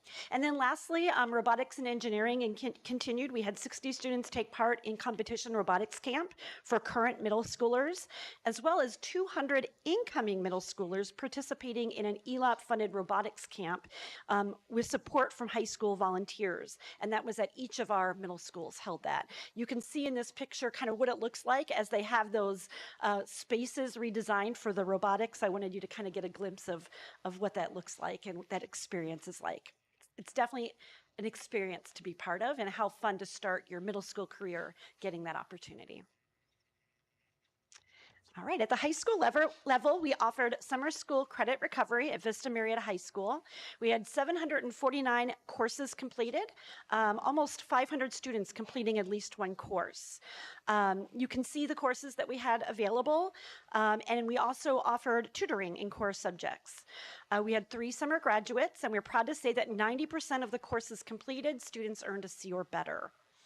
And then I also want you to be aware of something we offered this summer. We've done it in the past, but we really enhanced it this year. It's called our Summer Melt activities, and they are designed to support our recent graduates. This year, activities included workshops that prepare students for getting a job, assist them in exploring apprenticeships and trade schools, and walked them through applying to junior college and planning for coursework there, and that was through MSJC. In June, we held a job fair that over 100 students attended, giving them access to employers in the local area. Thank you, Diana Ruiz. Valerie Backus designed a lot of this work and did a wonderful job. And it was really enhanced this year, and that was based on feedback we received from students and counselors about the needs of this group of graduates who had yet to develop solid plans for post-graduation. So we're really proud that we were able to offer that to them this year. Our department was also busy this summer with a host of professional development offerings. This slide lists some that I wanted to draw your attention to. Site administrators received training in supporting English learners at their site and in supporting the MTSS efforts. Both of these were our effort to build the capacity of our leaders as they lead this work at their sites. We also held playground training for elementary administrators and playground aides, which is part of that focus on MTSS and student behavior, really transforming our playgrounds and how we design those. We continue to offer the Math Institute to our secondary math teachers. And another quote I had to share from one of the teachers in terms of feedback, they shared, "I enjoyed this training and found it to be very useful. I left very inspired to create deeper thinking opportunities for my kids." I thought that was a nice reflection. There was a training in specific programs for teachers who will be offering intervention support in reading and math next year before and after school as part of our ELOP program. We're going to be moving from just enrichment to some interventions before and after school. We also trained attendance and guidance techs in ARIES. And then we provided training for our new teachers, as well as training in any of our new curriculum we have this year, and then those teachers who will be taking part in our math pilot this year at the elementary level. I just want to say how proud I am of my team and their thoughtful approach to continued learning for our professionals. And I want to mention that you'll see that some of these were offerings for classified staff, and that has not always been as strongly achieved with Ed Services. I really have seen us widen that lens and be able to think about how we can offer that PD for those staff that are so vital as well. Okay, last slide from me. Sorry. Lots to share, obviously. I wanted to let you know that we did have some changes to our annual confirmation process for families. We added a residency verification component in which families upload their proof of residency as part of the process. We are working with families. We do not intend to force anyone out of schools, but we do want to make sure that our students are registered at the appropriate school and that transfers are in place when needed. So we'll really be holding folks' hand and helping them achieve that. It really will give us a better idea of our true numbers at each site and help us in our planning. We also provided a way to indicate a preference for digital books for families who are comfortable with that and do not need that physical textbook. Both of these processes were made easier by our technology team. I must give a shout out to Winston Carter. He's like my new best friend. He developed a beautiful site dashboard that allowed us to implement this registration, implement these items at registration just at a really easy way. So kudos. And finally, I am pleased to share with you that we were informed by RCOE that the program and fiscal requirements for this year's LCAP were met, and that our LCAP was recommended for approval by Riverside County Superintendent of Schools. I don't know about you, that is a celebration for me. Yeah.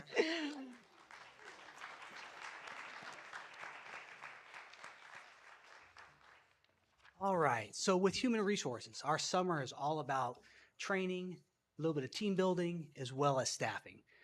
As you can imagine, we are busy, busy, busy. The team in human resources has worked very hard. Some of the things that we've really worked hard on are making sure that we have the appropriate trainings for our staff as they come back so they can support our teachers in the classroom and support our sites and being very functional and providing great educational learning environments for our students. So one of the things that we spent some time on is our annual administrative support staff meeting. That is where every administrative support staff in the district is able to come to a centralized location at Chavela Middle School, and each department in the district is able to update them with any new procedures, protocols, practices, so that way all new employees that are our administrative support staff, as well as our people that are back, are updated on what they need and who to contact when they need to do something to support a school. Along with that, something that everybody looks forward to each and every year are annual Keenan trainings. Yeah, that was a little cynical. Everybody looks forward to those 6+ hours of training, the modules that come forward. And so, you know what? We just want to make sure we provide that to you each and every year. So those of you that look shocked saying, what's a Keenan? That means you need to go and open your email because they're there waiting for you. Thanks for the reminder. I do it. We got it. I forgot. I'm just here to support. Yes. I do it every year. I will do it. One thing that is new for you is that effective July 1, 2024, is every school site has to have a workplace violence prevention program. That's a new mandate by the state, and those are completed and now available inside each and every school next to their injury, illness, and prevention plans that are typically in the staff rooms. So any employee can get those there, and we also have updated on the risk management website a way to report any type of workplace violence or concerns regarding workplace violence. And so we have that process in place. And as you can see by the photos, we also had a little bit of fun this summer. We had our first Friday food trucks, which we brought in. We've actually had 3 so far, but Devilicious came in. If you ever saw them on Food Network, award-winning, and their food is delicious. Not very healthy, but super delicious. True. I gained about 3 pounds on one day. Now, when we get to staffing, this is the big bulk of human resources every summer. So to give you an idea of what we break down, we have our classified side of the house, our certificated side of the house. And on the classified, that's referring to all the people that are not really credentialed. That's our custodians, that's our support staff, that's our bus drivers, that's all the people that make us just tick and support the school and ticking, getting kids to school, feeding kids, taking care of all those necessary services. So in this last year, we had 156 classified either resignations or retirements, and that resulted in 432 personnel changes of some type. So that means people being promoted, people moving into other positions, people taking more hours, people deciding to take less hours because of their family needs. But the classified side of the house was able to make those 432 personnel changes happen, and it's gone, I'd like to say seamlessly, but there's always something there. But the reality is they worked tirelessly, and I'm so thankful for the people that made that happen. On the certificated side of the house, we had 96 certificated resignations or retirements this last year. And effective July 1, we hired 65, we have 65 new certificated employees starting. And in that same time frame, 45 transfers and or promotions have occurred on the certificated side of the house as well. And with that being said, that is all of the hiring, staffing, training that has taken place this summer. Thank you.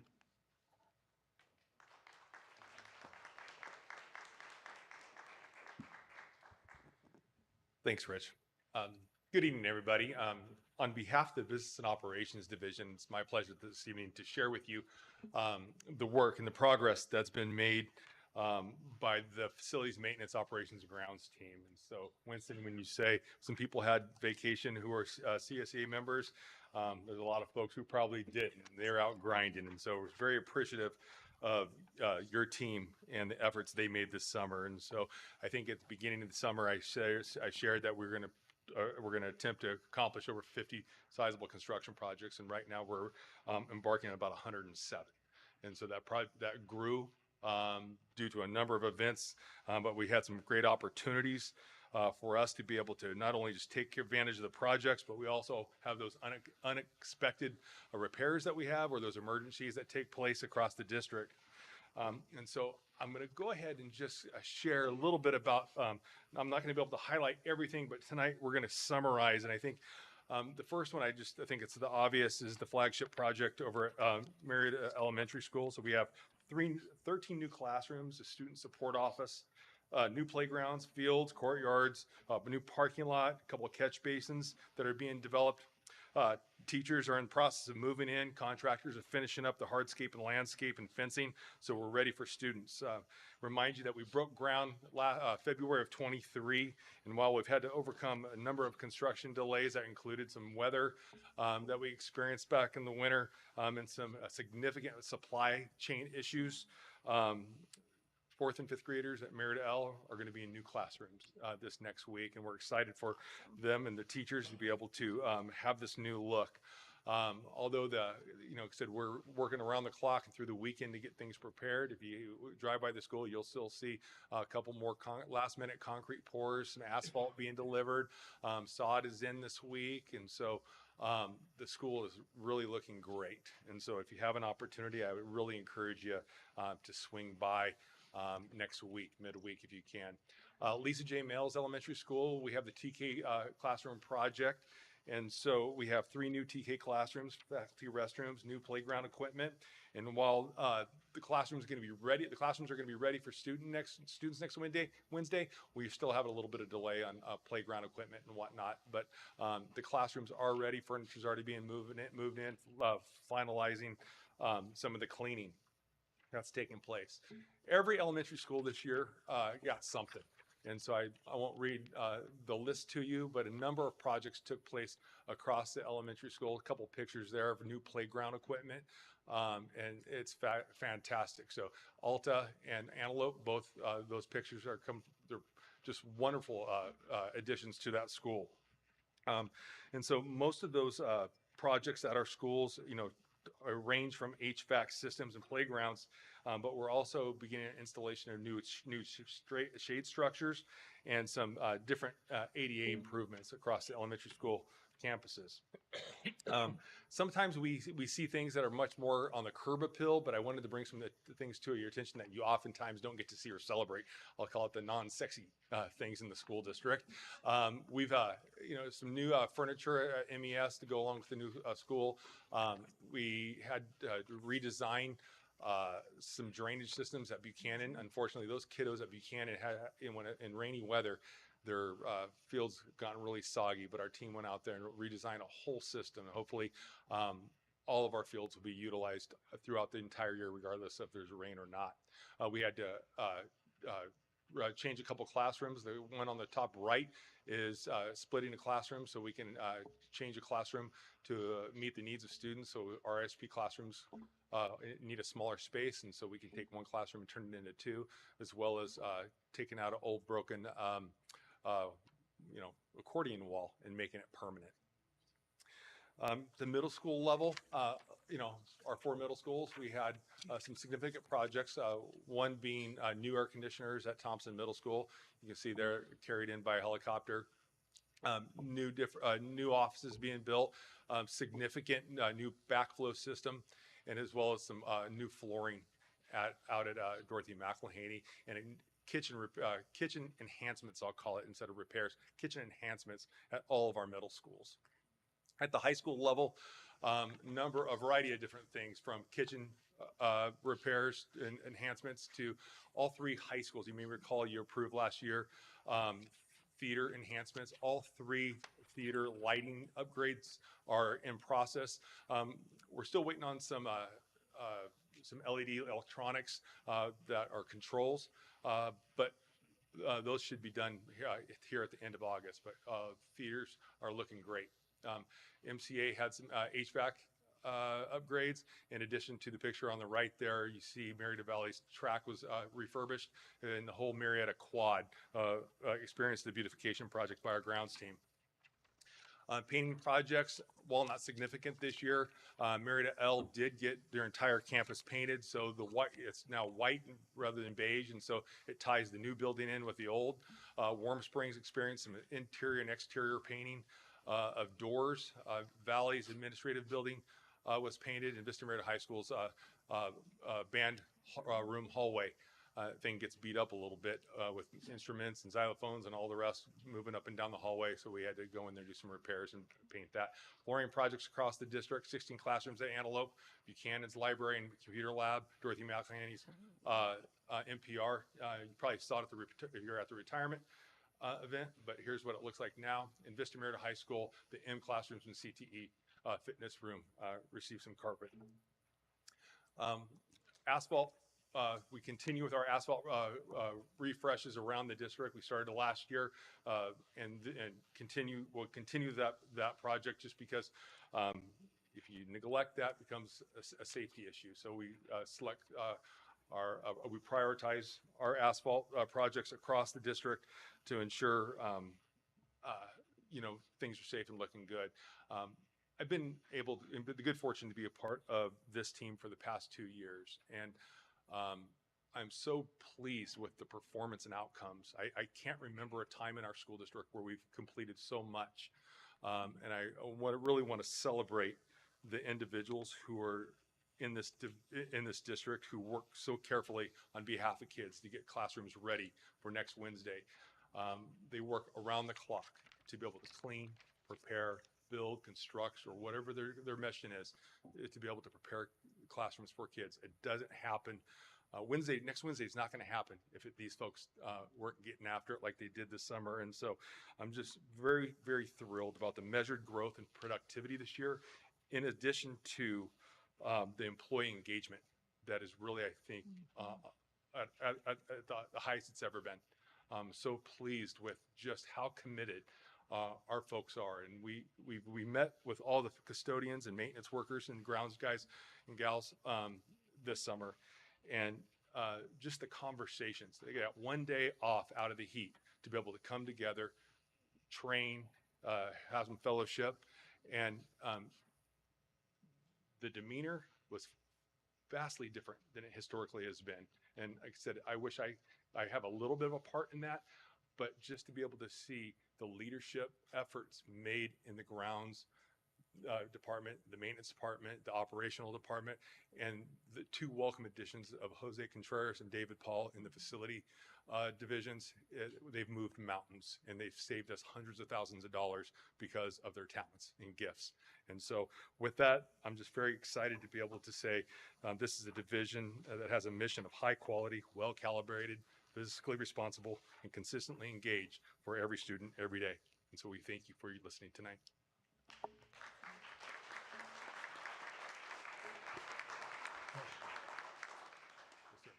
This has been an excellent presentation. A lot of things happening, But many of these things could not have been forecast 2 or 3 or 4 years ago. Nope. You can't put something in a budget accurately if you don't know what's going to happen many years down the road. So you need that flexibility within a budget. And the work that is being done and the changes that are wrought are terrific, but they wouldn't have happened if we didn't have the flexibility in the budget to be able to do it. The employees did an incredible job. I agree. If you see them, please celebrate with them. They're a fantastic group of people who are absolutely committed to the school district. I agree with what you're saying too. You don't always know what's going to happen about the flexibility, but I know how hard they all work and appreciate it. Nancy. Any other questions? All right. Thank you. Thank you. Let's see, we're moving on to G2, as I recall. And you have to sit there and not say anything. I can comment, but I won't vote. Okay. This is the adoption of resolution number 24/25-01, authorizing compensation for board member Nancy Young for her absence at the July 31st, 2024 special board meeting. This calls for a motion. So moved. Second. Moved and seconded. All in favor? Could I briefly comment? Yeah, I'm sorry I missed the meeting. I had a previous commitment that I could not change without affecting a lot of people. I did watch the meeting, and I found the presentation very informative, and I also read through all the slides. It actually helped clarify a lot of things for me. Okay, I'm done. Thank you. All in favor? Aye. Aye. Any opposed? Hearing none. Motion carries 4-0. G3, approval of new job descriptions, maintenance, pool technician, and nutrition services site support leader. This calls for a motion. So moved. Moved and seconded. Any comments? Hearing none. All in favor? Aye. Aye. Opposed? None. Motion carries 5-0. G4, approval of revised job descriptions, behavioral support lead aid, and Fiscal Services Supervisor. This calls for a motion. So moved. Second. Moved and seconded. Any comments? Yeah, I have a quick comment about behavioral support, the lead position. I just was hoping to get an explanation for what that is exactly. We'll have Mr. Rideout comment on that. Sure. There was a change to the job description. Primarily, there's obviously no fiscal change to the job description. It's primarily aligning to what the positions currently are doing. These positions support creating behavior plans for students. The job description currently said in special education, but they also were supporting students prior to them being in special education. So we made that change and then adapted any job duties they've been doing in there. So behavioral support usually, at least the way we've had it at our site and from what I've heard, was always had to do with discipline. So this is a special ed situation. This is completely These different. are more like a special ed aid of some type, more a behavior aid. Literally. Yeah. Okay. All right. Thank you. You got it. So we have a motion on the floor. Did we? Yes, Okay. there's a motion. So we just Oh, need to vote, motion, right? okay. All in favor? Aye. Aye. Any opposed? Hearing none. Motion carries 5-0. G4, approval of revised job descriptions, behavioral support lead aid and fiscal services. We did this. We're on G5. Yeah, G5. Thinking about what's to come. That's my problem. My G5 reads different, Mr. Diffley. Is approved to replace senior groundskeeper. Is that what you have? Okay. G5, approval to replace senior groundskeeper, irrigation technician, and senior IPM worker job descriptions with crew leader, grounds/irrigation IPM job description. This calls for motion. So moved. Second. Okay.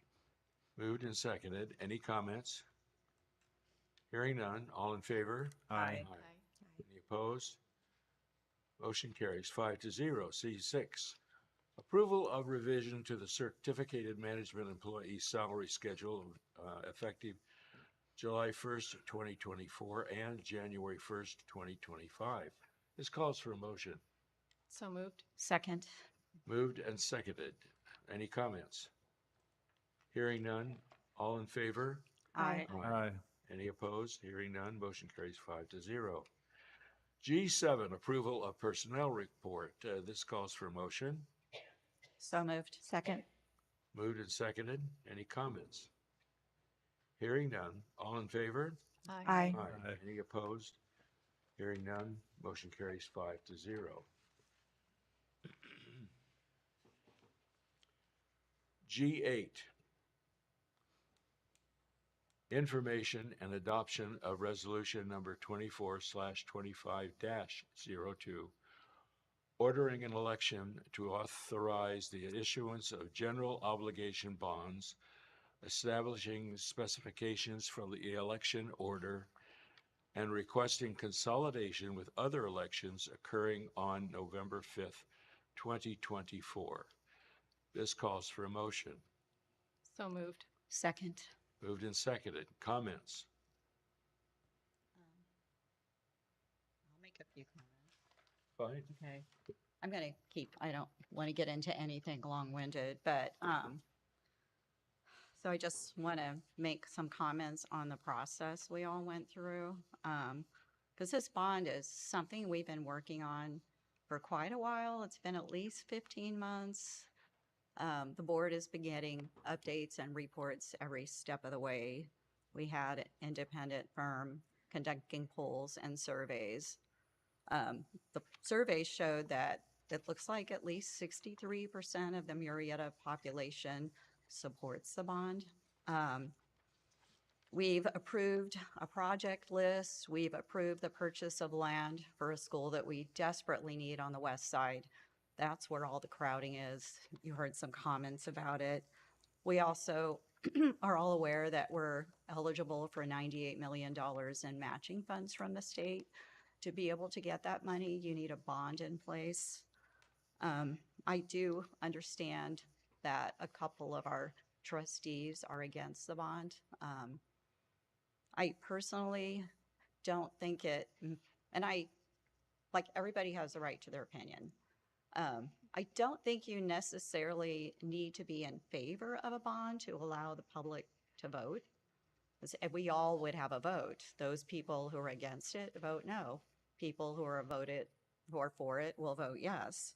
I just, I believe in democracy, and I think the public should be the ones that weigh in. A lot of people are going to get heavily affected by these problems, especially on the west side, but it will spill over into every other part of Murrieta, and it will be hard to get those kids from the west, across the freeway, to these other schools. I'm assuming it'll be Curran and Tovashal, probably Buchanan, that get affected. It will affect, because Thompson's going to get overcrowded. Those kids are going to have to be shifted. There is a possibility we may have to go to double sessions or year-round school. That's very hard for families. So I really think the public should be the one to decide. If the public votes it down, then this is on the public. If 2 board members vote it down, then they're the ones who are going to be blamed for this mess. So anyway, that's all I'm going to say about it. Any other comments? I have comments. Certainly. All right. Well, first of all, I would just like to do a quick review of the bond issue. My vote is not changing, so this is kind of aside from that. So first of all, the project list does not comply with the wording of Prop 39 in that it is not specific or detailed. And actually, every now and then someone will tell me, oh, such and such site really needs this. And so I have to point out, well, if you look at the project list, there's no guarantee that's going to be done.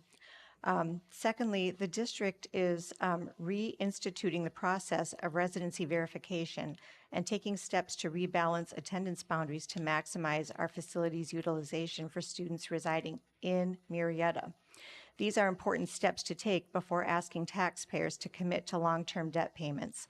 People are being hit with significant cost of living increases, including skyrocketing utility costs, gas, groceries, housing, and several tax increasing ballot measures. So the state school bond proposition, which you mentioned, which we have no guarantee at all, even if we pass a bond. Well, if that one passes and we pass a bond, there's no guarantee we'll get anything.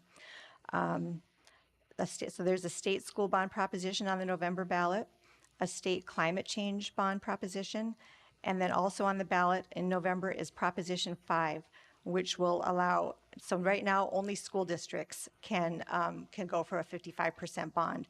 But if Proposition 5 passes, it will allow cities and counties to jump on the 55% voter threshold general obligation bond bandwagon.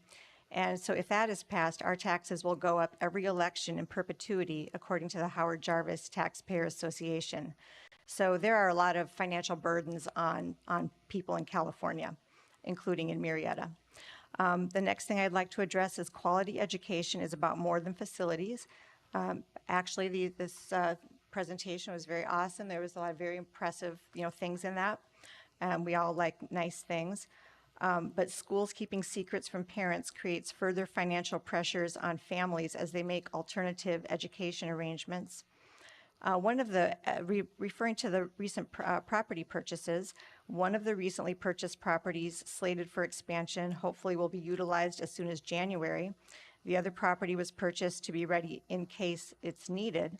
And whether or not the district ultimately does build there, it has investment value for the district, as I believe I was told. Yeah. Okay. So that being said, I would like to talk about another issue that we have not discussed at all.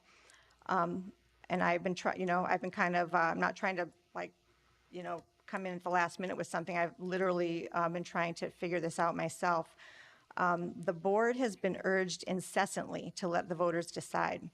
That sounded very fair and reasonable to me, but a combination of factors caused me to investigate what seemed to be an overbearing and simplistic insistence on that as a justification for me to cast my vote to move the bond measure to the November ballot.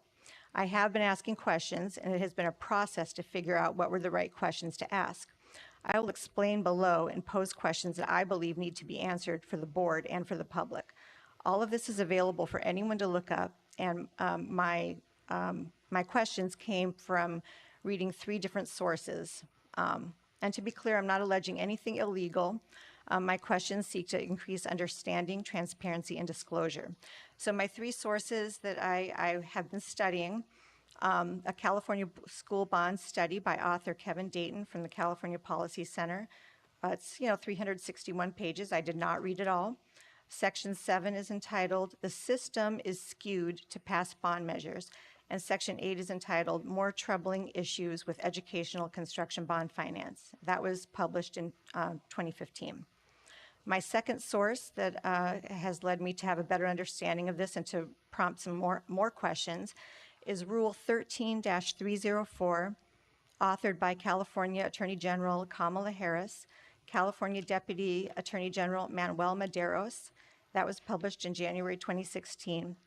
And then the third source that I've incorporated into my questions here and my understanding, existing contracts between our district and Piper Jaffray and Jones Hall, dated between 2014 and 2021. And these were provided to me by staff.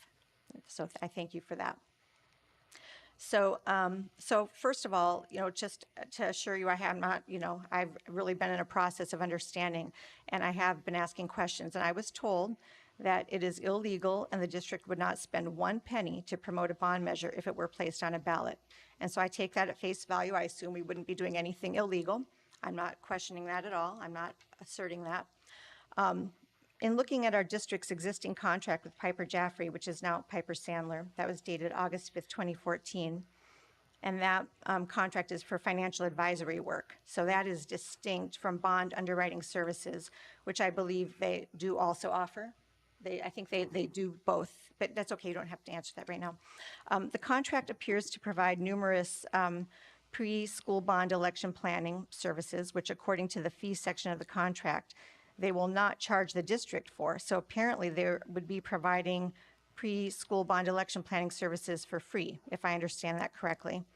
And the contract also states that Piper Jaffray will, quote, "assist with the selection of other professional services firms as may be needed by the district," unquote. And that includes bond underwriter and official statement printer, which I believe would be Jones Hall, would be the official statement printer.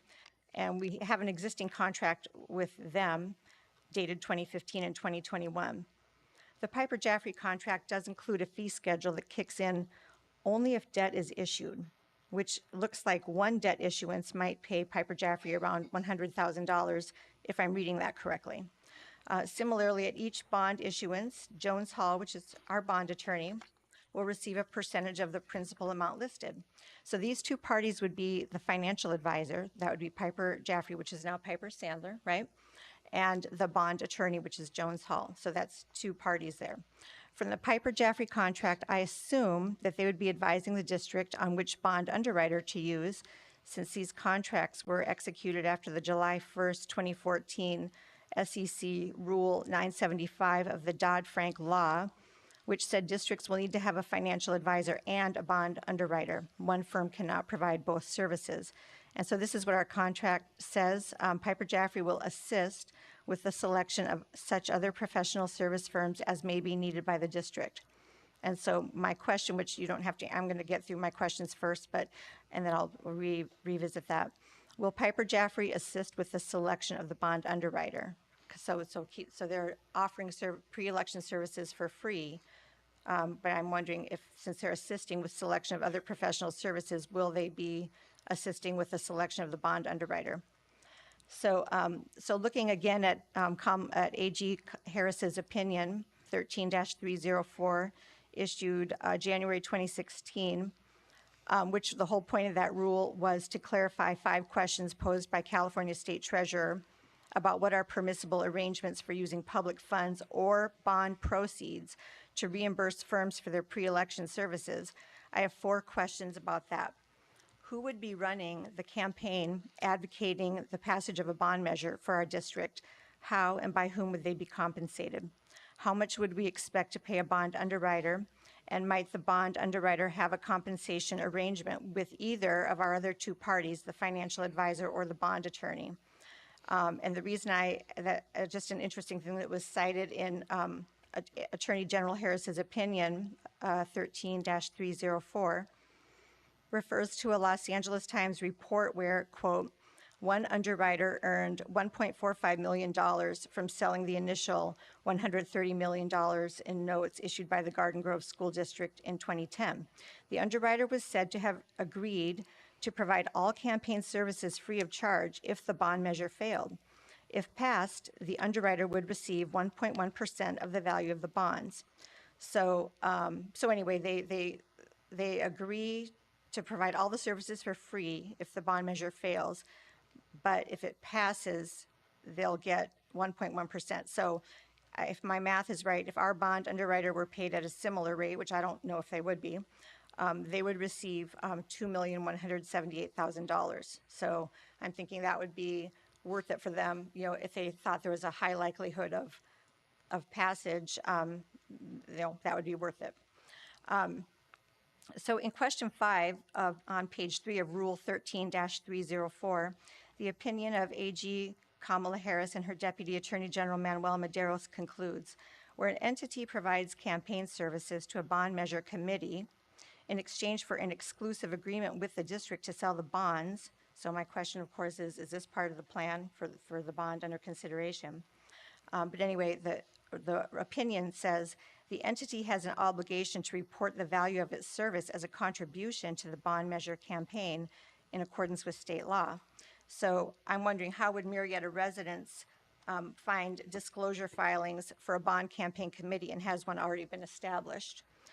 So lastly, on page 2 of our bond resolution that's attached to the agenda today, in the first whereas paragraph, it says the board wishes at this time to take the necessary actions to declare its official intent to reimburse the expenditures referenced herein.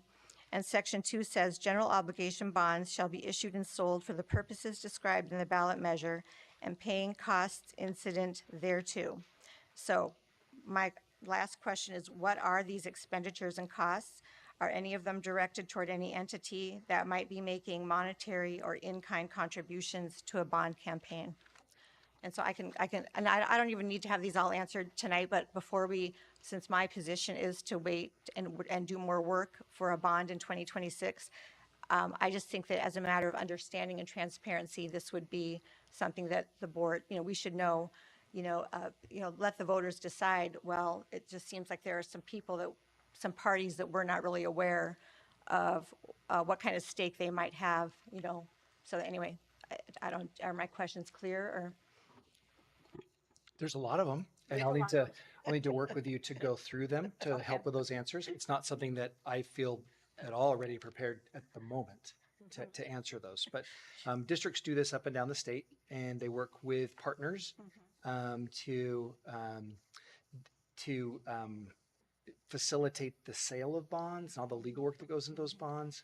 And there is a cost to doing that business. I've seen it personally in every district I've worked in and up and down the state. When a community passes a bond to build a school or whatever they choose to do with those dollars, there are fees that are associated with that people do that. And that's their job, is to make sure it's done. The bond campaign contribution is interesting to learn about how that works. I've never personally been involved with any of that work. To my knowledge, we have no agreements in place right now for anything because there is no bond for coming up. But no, that's not really my question. I'm saying that I know that there's these three parties, the finance, the three parties. We only have two of them right now, and one of them stands to have a huge financial gain when we issue bonds. And so my question is, based on what I'm reading, has happened and apparently is rather typical, as you say. What do we know about the relationship? Like, if our financial advisor advises us to get a bond underwriter, what is that relationship? So should we go down this road, we would fully disclose to the board what those relationships are and how we came to those individuals. Well, I guess the reason I'm bringing it up now is because people keep saying, well, the voters should decide. Well, I think I certainly didn't know, and the voters, I'm sure, have no idea that there's this whole machine working in the background. So it's not like we can say, oh, there's a bond on the ballot, and you know, the people in Murrieta are chatting with each other, you know, I mean, this kind of money, if what I'm reading is typical, you know, Yeah. people living in Murrieta would have no chance. So There, yeah, this district has, I believe, passed 4 bonds in the past, if I'm not mistaken. And other districts up and down the state have multiple bonds. And so this is typically how that process is done, which you've probably discovered. It's interesting to discover the part about the disclosure part and how those rulings have gone. Those are things that we can investigate and share with the board in the future. So do we know if there's a campaign, is there a bond campaign committee set up? Like, I mean, that's part of it. We should know, you know, who is contributing to a campaign? Like, where would people find that? I think there's a whole legal process that goes through. Once any board votes to put a measure on the ballot, then the citizens can form a campaign. But it's still the district's responsibility. So literally, this team, my staff, have prepared, in the event the vote were to change, there were 4 yes votes tonight, we have prepared the documentation to take to the county tomorrow. After that, a group of citizens could then formally form a campaign committee. I think informally, based on what I've heard from lots of comments and emails, I think there's people interested who would rally around a campaign, but to my knowledge, there's no formal campaign committee that's been done, and that can't really happen until there's a bond, until the resolution is submitted. And then, So we don't know anything about our partners and their relationship with an eventual bond. I mean, we just, because then those donations from whomever that would be going to the campaign committee and not the district. so by the time anyone would know who the interested parties were in, you know, like whoever from wherever, it could be the bond underwriter, as I understand it, they could donate. We would have to put it on the ballot before we would find out about anything. So everyone's saying, oh, let the voters decide, let the voters decide. And then if I was to do that, if I were to vote for that today, then oops, you know, I guess this is what I'm concerned about, is because I did have the suspicion, and I did ask you some questions like, does the district pay any money? No, we're not allowed to do that. And so when I'm reading this, it's like, okay, that's true. Like, you know, that's true. I'm not disputing that, but I just think it's. Can I clarify? Yeah, go ahead. Yeah, Thanks. sorry. All right. Just like when we run for office, we have a committee that we have to establish, and we don't know who's going to donate. My big donors were my parents. I remember that was a big issue way back when. I would assume that if the bond passed, that all of a sudden big donors from everywhere, where we struggle to get, you know, hundreds of dollars, we're not going to get big union money or anything like that, but this bond would probably see a bunch of donors come in. So your suspicions are probably right. It's probably a normal thing that happens. And I don't know the legalities of all the other things. I've seen some articles about underhanded things happening with regards to bonds, but Well, I mean, from what I understand, it's perfectly legal. It's just that there's no, in this setting here, where no one knows about it. Like, you know, everyone's just saying, just let the voters decide. And there's this whole, you know, there's just this whole element that has not been discussed at all so far. And at this point in time, I don't think we would be able to know until either now or in the future, a bond measure is put forward until those donors come forward. And sometimes, and I have seen and I have heard from my colleagues that we'll even have an architectural firm who the district does not work with will still make a contribution to that campaign in the hopes they might get looked at for a future project. So that's the industry partners who build schools. They, of course, want to see bonds passed because that's how their businesses operate. And so they would come alongside a campaign committee to support that. But what you discovered from the 2014, that one reference is interesting to read about. So I'd like to learn more. Well, I guess I'm wondering, because we do have contracts with 2 of them, and I believe they both say they'll do pre-election services for free. So what is the scope of that? I mean, it just seems like we have enough information up front to even ask, why would you do pre-election services for free? Like, what are you hoping to get from this? You know, I think they're hoping to sell a bond. Yeah. I have some points. I got some points. So let's, because I I have a few, actually, and I wanted to address some of the public concerns because, of course, the first thing in my head was, why are we voting on this? I thought we already voted, but I noticed that some things come up multiple times for a variety of reasons, I suppose, and I can only imagine this one was to see if we could get it through, and if not, we have 2 months to get it through. One of the things that was bothersome to me, and for those who weren't here before the school boundaries, I heard a lot about the overcrowding. Keep in mind, this is really important to me, and it really rubbed me the wrong way when it came up, is that our schools, we have a middle school right now at 50% capacity. That's unbelievable to me. If you look at the map of where our schools are, someone in their wisdom decided to put them in the corners of the city where there's really not population center. It's going to be very difficult. It's just poorly planned where we put those schools. And so our boundaries are outdated and needed to be moved no matter what. All right. We have elementary schools in the same situation. We have a number of schools. Things are just out of whack with how the city's grown. And so that was never really much of an issue.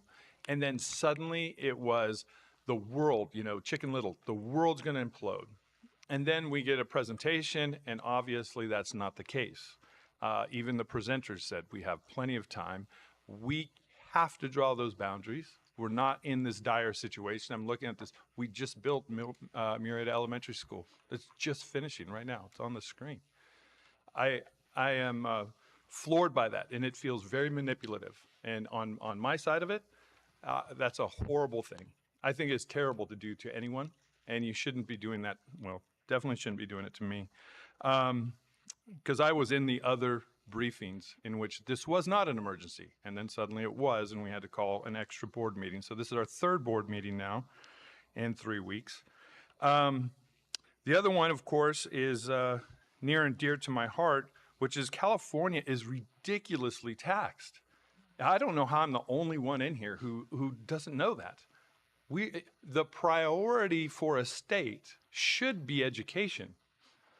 And now I did something last year, and because when I ran, I was saying, not all kids are going to go to college, and people got all upset. We have these pathways, and it's great. Well, I don't know if you know this, but in 1985, I signed up for all these shop classes so I could check it out. Every school in my district had it. If I talk to other people my age, same thing. When did California decide to cut the spending for our education? From 1985 to today. Why is it that only one school has this, and then you have this over here, and we're thinking, and maybe we'll have this, when every school had those classes? And you had 4 years worth of it. It wasn't like, oh, you do it here, you do that. You could try it, you could leave it, it was all this. You had so many options, so many options. So I don't want to defund schools, but someone in Sacramento's been doing it for a long time, and while we were sleeping, that's where we're at. Now, what bothers me is that our taxes keep going up, but our education services and our scores are going down. So we have fewer options in the classroom. We have lower scores. We have behavior problems coming out our nose, which really bothers me. And I'm worried about the new teachers. For me, it's not a big issue, but I'm really nervous about new teachers and our substitutes and how they get treated in the classroom and how we keep getting dictated to by Sacramento. They cut our funding, and I just came out of a meeting. I was in this room over here. We talk about all kinds of stuff over here. And one of the things that came up is, Murrieta doesn't get funded like other districts. It's very well known. The only people who don't know is apparently everyone out here and some of the former board members who just have amnesia.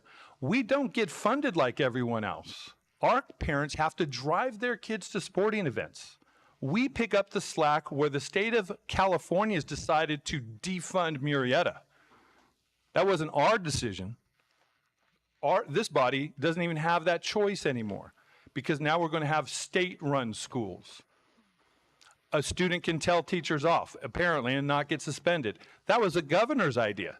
Some lawmaker thought that was brilliant. We're going to go up in Sacramento, and we're going to dictate to schools how you should discipline kids. And that's a whole nother, I'm going to leave that alone. I'm very frustrated at the fact that we pay such high taxes, and then we, as Murrieta citizens, have to pay bond after bond to get basic things done. And that was the basis for my vote. So to misconstrue what my vote was and, oh, you want this and you want, no, I really would like to see us fully funded by the state. That we might get funded suddenly, we're going to get matching funds, maybe. Well, if you're not reading the news, additionally, besides defunding schools, they run out, our tax base keeps shrinking. And if you know anything about economics, I happen to teach this subject, so I know something about it. Your tax base shrinks as companies leave and wealthy people leave. As all these people say, I'm leaving California, that's fewer people paying taxes. As the economy goes down and shrinks, so does the tax base. I just was at a restaurant. I'm paying $20 for a burrito. I was floored by the fact that there's very few people there. What does that mean when few people are at businesses? That means less tax revenues coming in. The tax base is shrinking. So it's unlikely that they're going to suddenly find favor with Murrieta and give us 100 whatever we were stating. And most people understand that. And last, which I just don't understand this either. The one thing, there's a lot of apathy. People don't really know what we do in here. I see the same names come up almost all the time, from the right, from the left. I hear you. I hear you. I hear you. I know your opinion. You know my opinion. We all know each other. The parent apathy is intense. It's intense. Emily and Eleanor just testified to it. You walk the neighborhoods, so many people don't really know what's going on. And suddenly we'll pass this bond, and now, although Nick and Julie and anyone else who's ever run knows the struggle to get funding to run for office at this local level, it's not a very easy thing. But if there's a bond, if there's $100 million involved, I'm going to tell you right now, you're going to get all the funding in the world for that committee. And the voters aren't going to know the ins and outs of it. And there are going to be a lot of voters saying, well, I wonder, how did that get through? Oh, did Pardue say yes? And I said this already. I said, I don't trust big money. And I can even attest to my own, because I don't want to pick on Eleanor and Emily. I used to, when I was young, believe that the person with all the signs was working so hard, and wow, look at how great they are. They must be the right candidate.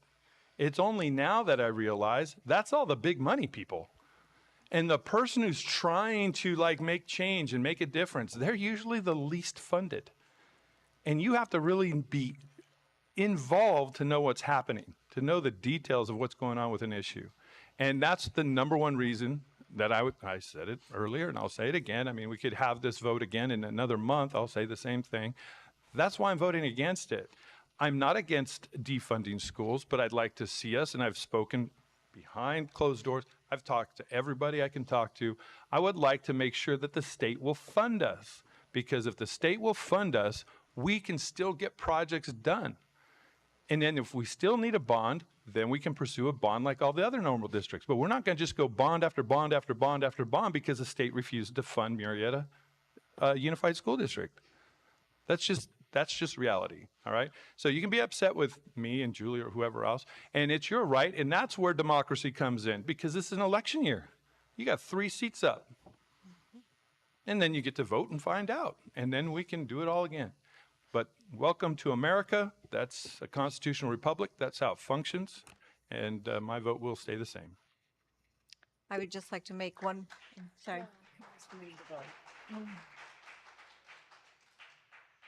Just one more comment about democracy. So part of democracy is that Proposition 39 was voted on by the voters, and the threshold for the board to put a bond measure on the ballot was raised. So, you know, instead of having it go on with a 3-2 vote, we need 4 people for the 55% bond. That's part of democracy, you know, where the board has a higher responsibility to check it out, not just rubber stamp it and send it on through. So anyway, that is not in any way unconstitutional or devaluing democracy. It's part of democracy. That requirement was voted on also. Well, a question. What would satisfy your comments? What 2 things could be done to satisfy your comments? Or what do you mean? Well, the comments that you made, you read off the different things that you felt were problems. what two things could be done to solve those before the election? Paul, I can answer, at least from my perspective, because I've talked about it again in session. I've talked before, and there's a number of things that change the mood. One is this parent issue that everyone ignores. That changed the whole temperature on this. We pretend like it doesn't matter. The other one is I have said a number of times, hey, the state is ripping us off. We should care about this. And then I asked in July to hear about the plan. Now, at our site, I was so pleased. We had this great plan for behavioral support to try to protect our teachers for this next upcoming school year. It was excellent. I was so impressed. I said, this is the most prepared an admin team has been at our site in years. I just wanted to hear, what's our plan? Give us some hope that our kids are going to be safe on campus. That's all I'm looking for. What are we asking for the parental rights vote?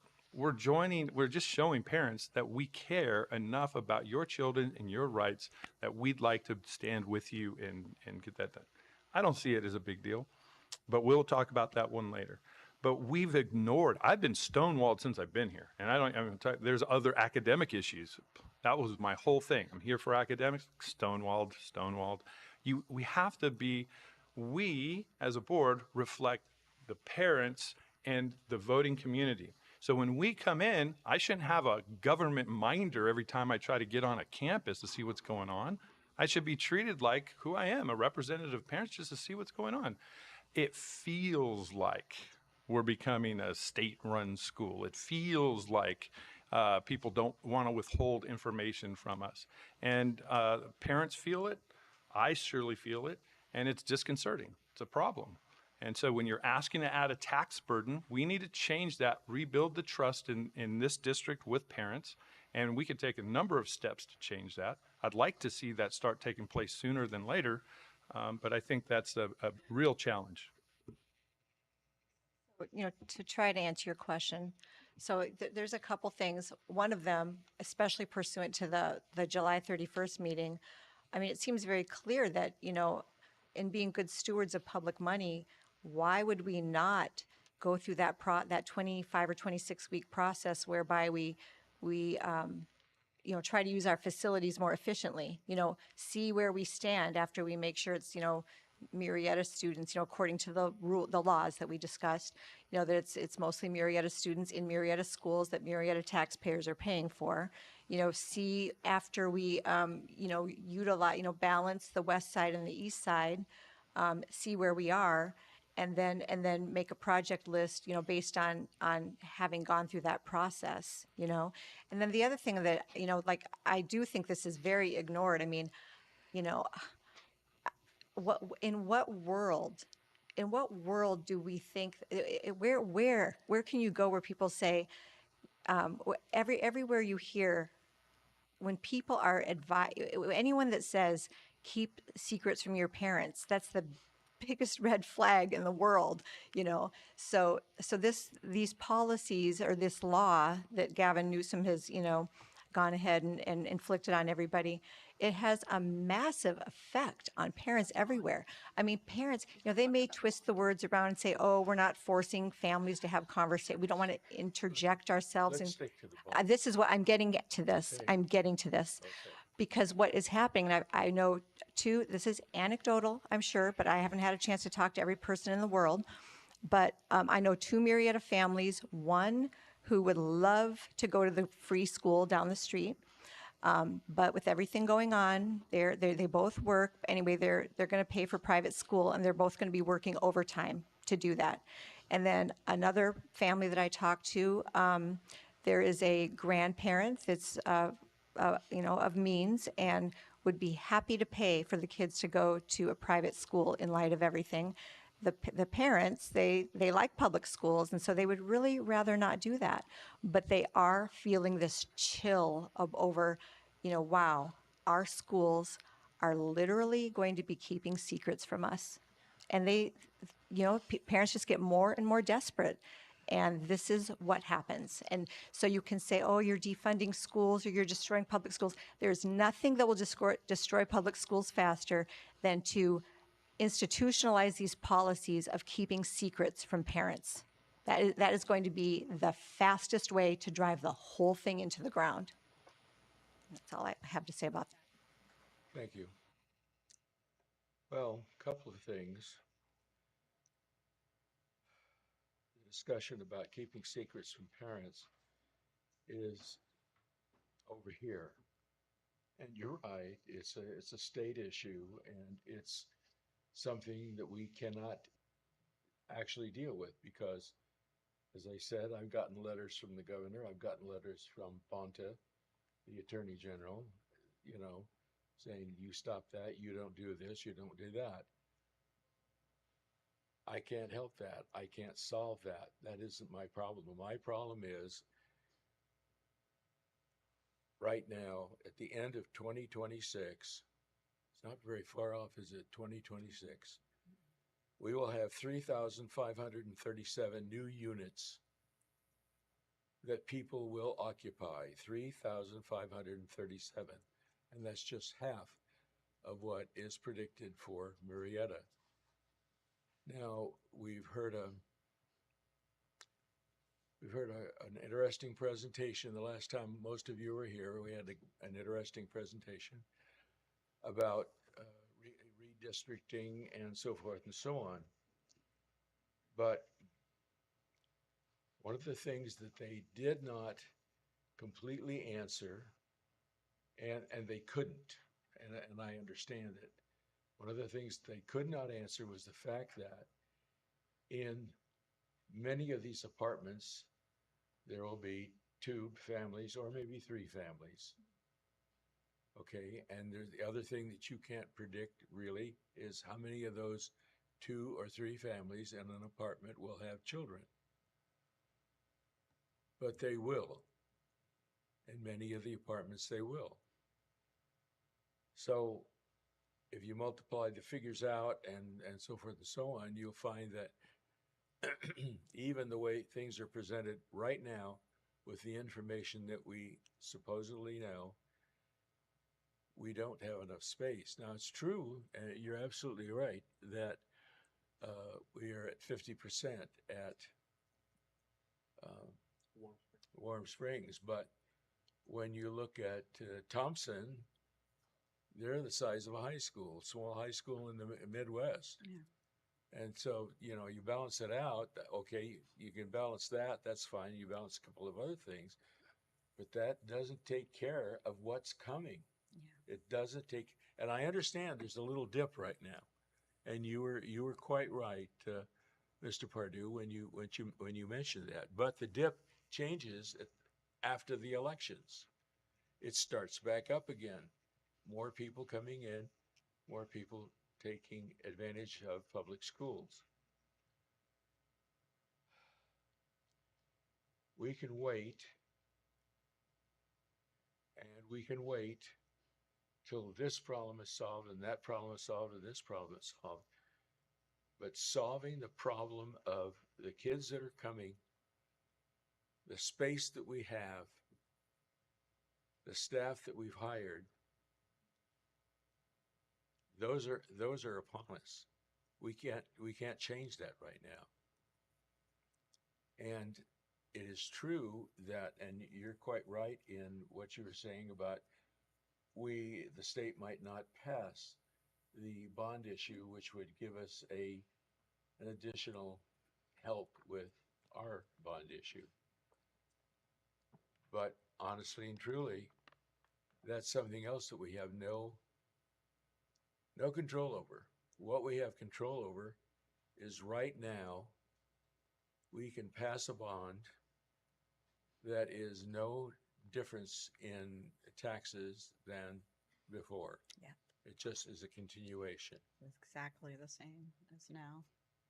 Pardon me? Said will be exactly the same as now. Yeah, exactly the same as now.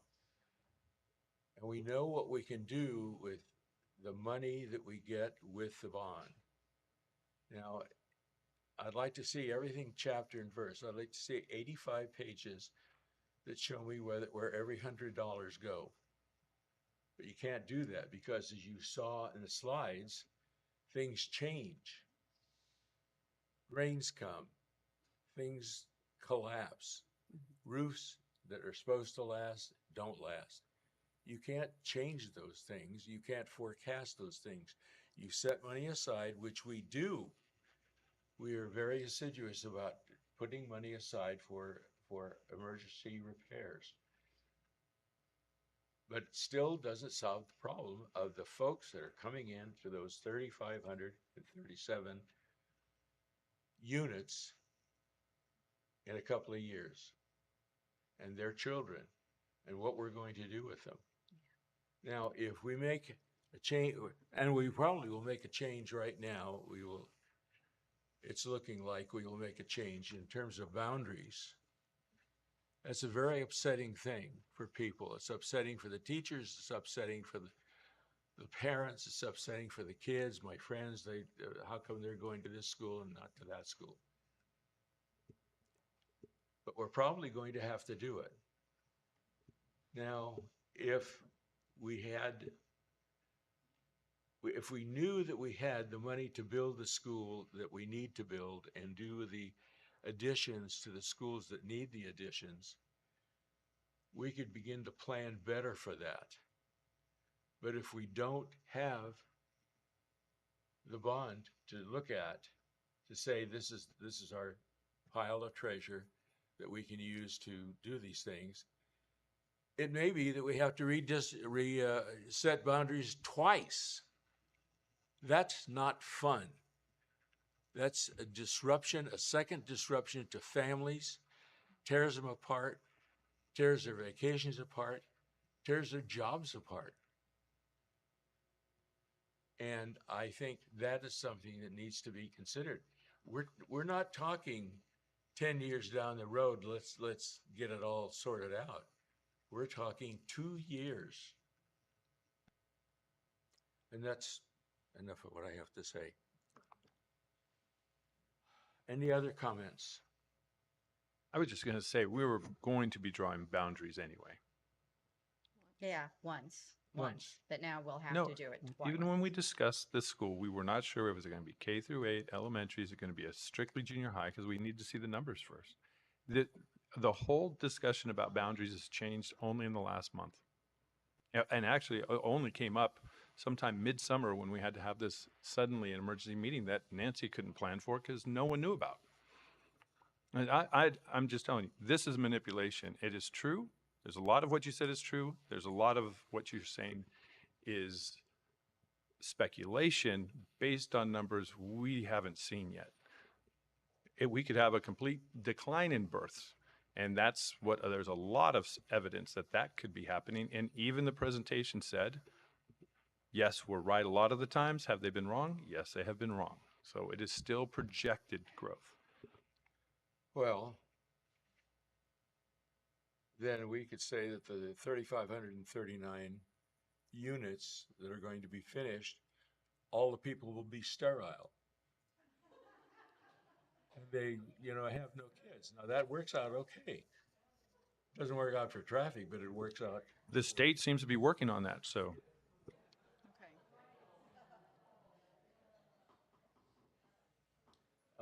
Mr. Diffley, I recommend the board proceed with a vote. Yeah, let's just vote. We know what they're going to do, so. Okay, Get it over with. Let's move on. Yeah. I don't have to read it over again. I think we'll just call for the motion. Yeah. We already did the motion. Yeah. All right, you did motion, comments, all right. Mrs. Lunn, aye or nay? Yes. Mr. Pardue? No. Thank you. Mrs. Vandegrift? Mrs. Young? Yes. Mr. Diffley, yes. Motion does not carry. Moving on to G9, approval of attorney engagement agreement for litigation services between the Murrieta Valley Unified School District Board of Education and Liberty Justice Center. This calls for a motion. Could I have a point of order? Certainly. Was there no discussion to have, I know at least one had lots of emails about letting the public vote. Was there no consideration for the 3-2 for the other option? So the bond feasibility study that we had prepared indicated that following the Prop 39 rule would be the most effective way to go for the variety of reasons. It had pulled that way, and that was the recommendation from our consultants to proceed. And so we had developed the resolution that was presented in June and the one that was repeated again tonight. That was the strongest indication to proceed that way. So we hadn't considered the other one because of the different thresholds, and there was all the way up into the month of April and May. Some of these concerns that have come forward were really not as well known as they are now. So we didn't have a chance to pivot to a different one. So we're not allowing the people to vote. Oh, please. You're not allowing people to vote. You're. You could pass it 3-2 right now, and you refused to allow it. I had one of the speakers came up and asked specifically for that. You have the votes to go 3-2, and it would be on the ballot tomorrow, and you're pretending that somehow or another you have the votes and you have all this and all these. You're telling all the people that that's what the situation is, but we know that's not true. That's exactly why we're not proceeding with that vote.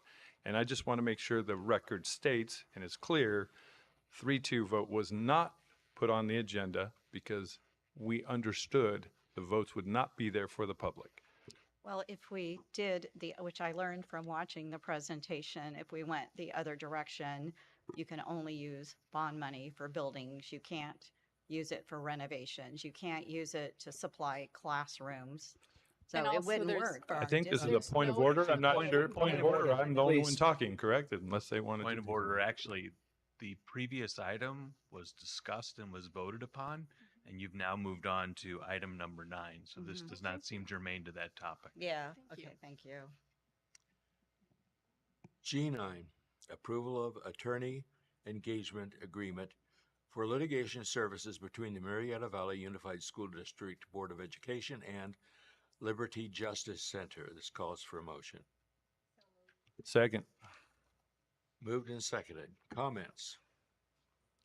Yeah, I have comments. Sure. Of course, I will keep them brief because I know people don't want to sit here all night. But yeah, I find this whole idea, we've already gone through this with another pro bono law firm, and we know very well that there are a lot of financial risks. If you look back at what happened with Chino in 2014, and they're doing it again, I guess they didn't learn. They ended up paying almost $400,000 in legal fees to their pro bono law firm, and they lost the case. I find that, this board focuses almost only on culture war issues. It's very divisive. It's very chaotic. It's unnecessary. Anyway, it's putting the district at financial risk, and as we clearly saw from the last vote, we're going to have plenty of financial problems to deal with. So Chino's already mired in this lawsuit. It's going to go forward. Whether we're in it or not, why put this district at risk? I don't see any reason to do it unless people may want their names in the paper. It's going to happen anyway. So if somehow they win, then it will affect the whole state. So yeah, if we get charged fees, and some of the things I was wanting to say, I heard other people say today, the money would come out of our general fund. So what are we going to cut? Are we going to cut CTE, the arts, music? I just really find it inappropriate to take money away from our kids' education for political fights. This is a nonpartisan position, and we really need to be all working together for the kids to make sure the kids have the best educational programs possible, that they have the best possible situation in their classrooms. And yeah, and I think Jeremy mentioned, there are things you can do without putting the district in a lawsuit. Like, you can go up to Sacramento and lobby. There are groups of people, and it wouldn't cost the district money. You do it on your own time, you do it on your own dime. So I just think it's very, very inappropriate to deliberately mire our school district in lawsuits. That money should be earmarked for education. So I don't even know how we're going to deal with all this stuff, because we're going to need classroom space that we don't have. So anyway, that's all I'm going to say about that. Thank you.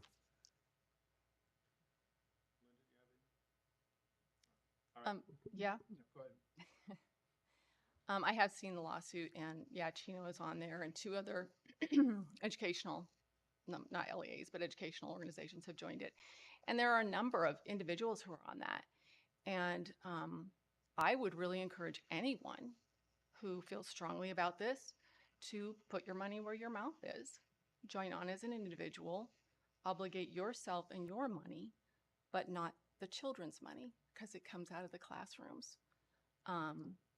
I agree with Nancy. We spend altogether too much time talking about what's going on in children's pants, and I'm done with that conversation. We need to get out of that as a board. We need to let families deal with that.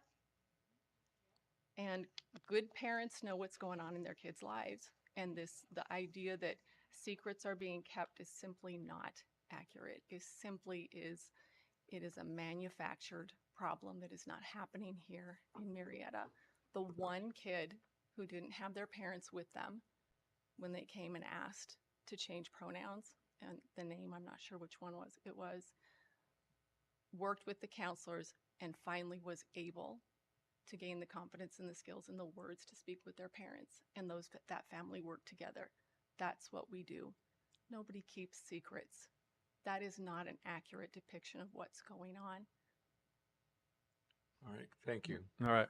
So I have something to say about it. I was just letting Linda speak so I could. Thank you. I want to be able to respond to whatever. This is my biggest concern, and it does reflect on the bond for one reason, is that when we have conversations, especially as a body, as a board, I think it's really important that we reflect accurately what's discussed behind closed doors when we come out here. And the number one thing that we heard is that when we join this lawsuit, the lawsuit is always already in order. There's no cost to it. There's zero cost to joining this lawsuit. It's called a pro bono lawsuit. Now, I get it. You think you know because you might be a person who has some law experience. Our lawyers already told us the risk is really low. The only way in which we would see any cost, and it would be shared by every single person on the lawsuit, would be if we lost the case as it moved forward. If.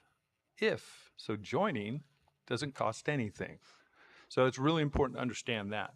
Second, this is probably the number one issue when you walk door to door. The number one issue. I've had calls from kids, I've had parents, I've had so many people ask me about what's happening in our locker rooms and our bathrooms. And people are just becoming aware of what's happening. And they go, oh, that's what's going on. And when you say, oh, we don't have to keep secrets, I've had staff members contact me individually to say they're keeping secrets and I'm not comfortable with this. So when you're saying, oh, no, that's not happening, I don't know how you got these omniscient powers, but I know that there are people who are concerned and there are staff members that are concerned. We just had one come up and speak to it. And so I think it's really, really important, considering it's pro bono and we joined the case. And additionally, I heard a member come in and speak, and I've heard this many times, 14th Amendment. I'm not a constitutional law expert. So when I said the 14th Amendment, I had to research myself. I had to seek out a constitutional attorney to try to understand, how does the 14th Amendment apply? And they explained it clearly. And it has to do with the fact that each of us are culturally different and diverse. In fact, I had a Hindu family reach out to want to know what's going on with the schools. I think it's really important that we understand that everyone's cultural values matter, including Christians. This is really tough for some people to pick up on, but everyone's matters. So we have a right as parents to parent our kids according to our own family values, to our cultural values. And the state doesn't have a right to take them away. So the students have rights, but not from their parents. Their parents, I couldn't give a student a Tylenol. More importantly, I was just trained, and I know a lot of you guys are doing the same thing with these Keenan trainings. You are crossing boundaries when stepping into a child's personal space and personal life. As a school employee, we're trained that way. You are stepping over a child's boundaries when you isolate a child from their peers or family, I'm emphasizing family because it's relevant, right? We need to consider the developmental context when we're dealing with these boundary issues. So we have to think about the developmental stages of these children as they're in our custody, and we shouldn't be crossing those boundaries. It's important for us to think about this as a board because we represent parents, and parents are concerned about what's happening in the schools. And for us to sit here and just blindly ignore their concerns and act like nothing to see here, said the whole teacher group on the left, and the whole parent group saying, I'm concerned, then there's a concern. And it's worth the low risk of joining this lawsuit and signaling to our parents, hey, we're concerned with you. We want to be as transparent as we can. We want to be partners with you in educating your child. We are concerned about your cultural values, and we get it. You probably are having problems with how the world is changing. And why did we have to deal with this? Because the state passed a law and started to get into the social norm business and trying to change them in the classroom and in the curriculum. And so here we are. We didn't create this. The state created the division. We're right here in the middle of it, and now we get to all have these conversations. So it's uncomfortable as it may be, that's our job. And I think it's very important that we stand with parents, considering we don't represent the district. We represent the parents and taxpayers of this community. It is we the people who are supposed to be governing, and that's our responsibility. I think it's very important. So I think it's really, that's the biggest issue for me, is to really consider why we're doing this, and it is to join and partner with parents. The risk has been overblown and really miscommunicated to the public, and they're just talking points that are very political and has nothing to do with what we have discussed as a board. I think you're saying the risk is being overblown, but if we're telling what our lawyer told us, as you just said you wanted to do, we asked, what is the risk? And he said, I don't think it's great. He said it's pretty small. And then we said, what is the risk? What could be the judgments? Actually, that I we'd would have to caution the board as a point of order. He got to do it. Our, you know, Okay, I'm going to tell we're going something to delve. Mrs. Vandergrist said. If when we're asked- now, if we're delving into the communication between the attorney and the board, that requires the entire board to waive that privilege. So I would respectfully ask all board members to refrain from speaking about what happened in closed session with your lawyer. So you just jump in on me, but not on him. Well, my apologies, because I didn't know which lawyer he was talking about, because I thought it was a member of the Liberty Group when they were in open session. No, So, that's too bad. yep. Because that is not what the entire information that was given to us. Well, it wasn't. and that's good. Yes, I've made my point. Okay, we have a, I have comments on this actually. So I always think, in education, we always teach students that the primary sources are the best. So I heard some things. This is not from closed session. This is an attachment to the agenda, so everybody can look at it. So I feel like going to the source is always the best thing. So this is the I'm allowed to read this way.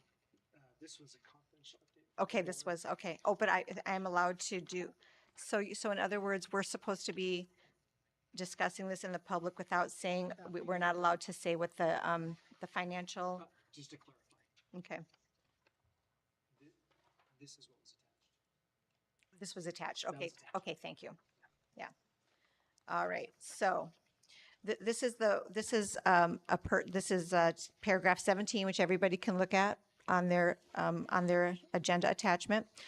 It says, this is entitled Discharge and Withdrawal. Client may discharge attorney at any time by written notice, effective when received by attorney. Unless specifically agreed by attorney and client, attorney will provide no further services and advance no further costs on client's behalf after receipt of such notice. And then in bold, in our engagement, the proposed engagement agreement, client will not owe attorney any fees upon discharge of attorney or withdrawal from the litigation, if and only if client prevails in the litigation after discharging attorney and client then receives an award of attorney's fees costs, or both from an opposing party, attorney will be entitled to its proportional share of that award for work performed and/or costs paid for the client prior to attorney's discharge. So anyway, if a different board is elected, they change their mind, they don't want to be part of the suit anymore, and they abandon ship, well, they're not going to owe the attorney anything. Okay, so the thing that, the costs of litigation, which I'm allowed to read this too, right? Okay, primary source here. So it says, so this is all about, what are they called? Public, hold on. And they provided us the IRS, whatever you call it. This is for a public interest law firm. So the whole reason this arrangement occurs, they provide representation for issues of significant public interest in cases that would not be economically feasible for the traditional private law firms. They have rules, a lot of them. They may not accept fees for services. They do not seek or accept attorney's fees from its clients as compensation for the provision of legal services. They may accept attorney's fees in public interest cases if such fees are paid by opposing parties and are awarded by a court or administrative agency or approved by such a body in a settlement agreement. Okay, can we? No, well, this is a business meeting, and this is a very, I'm not done yet. So anyway. I can tell you're not done. Yeah, but I'm saying thank you, Paul. This is a business meeting. Trust me, that, no. Yeah, no, I mean, we can sit here and listen to sports scores and everyone can clap and be happy, but this is important. So I'm just going to read this last part about costs of litigation. Point of order. Board members, others have had their right to speak. And each board member, Ms. Vandergrift has not finished her comments, and she has the right to continue to speak, just as other board members were freely given the opportunity to speak. Anyway, so the paragraph in question here that some are representing as very risky, I'm going to read, it's the cost of litigation. So, attorney agrees to seek grants and funding from nonprofit organizations to cover the operating costs of litigation, which may include deposition fees, court reporter fees, filing fees, copying fees, service fees, expert fees, postage and overnight delivery fees, investigative fees, library and legal research fees. Client shall not be responsible for the costs of appeal, absent client's receipt of an attorney's fees or costs award obtained against the opposing parties in the subject litigation. Liberty Justice Center shall not be responsible for any costs previously incurred by any party in this litigation, whether already awarded or awarded in the future. And everybody can go read this all on their own. Okay, and then here's the critical part. In the event the opposing party is the prevailing party in the litigation, so if, Gavin Newsom and Tony Thurmond and those people win, the opposing party may be awarded damages, their attorney's fees and costs for bringing the litigation. Liberty Justice Center and any other co-counsel will not be liable to client or the opposing party for any such award of damages, attorney's fees, or costs. Unless due to the fault of the attorney is determined by the court, client shall be responsible for its own actions, if any, that result in sanctions being awarded or other liabilities associated with a finding of contempt. So that would be, well, I guess I won't say that because that was communications from our attorney. But anyway, so I suggest everyone reads it, but, the whole thing is who are you fighting for here? Why would you not want, it's all set up for us to join. Parents want it. No parent wants to send their child to school and have that feeling like, somebody may be keeping a secret from me. And, literally every other thing, think of all the things that schools have to tell parents. So this carves out an exception. Just this thing is worthy of keeping from the parents. Like, how messed up is that? So I just think that we've got someone representing us for free. It's all set up. We would be foolish to not join this. Anyway, thank you. Thank you. Point of order. Ask you a question. What would happen to table this item, what would need to take place? There would need to be a vote. You would need a second as far as whether to table it. There's already a motion. Well, that's true. Correct. There is a motion. And actually, if you know, Mr. Diffley, you seemed like you wanted to end discussion. The proper way to do that is to call the question. And then that ends discussion on the item, and the board members have to then just vote. That's really the option that you have. But tabling, my apologies, Dr. Andrews, you're absolutely right. There is a motion. It's been seconded, and there should be a vote. All right. Thank you. You're welcome. Can I add one last comment? I think the public has been waiting for a vote on this for a long time. Everyone is very anxious to see this put to bed, because if it either goes or it doesn't, again, just like the bond, we have election things on the line. So I think it's important. Thank you. Mrs. Lunn, yes or no? Just to be clear, a yes vote says we would go with the Liberty Justice Center, correct? And a no vote says we are not going. That is correct. That is correct. Okay, so my vote is no. Mr. Pardue? Yes. Thank you. Mrs. Vandegrift? Yes. Thank you. Mrs. Young? No. And Mr. Diffley, no. Moving on.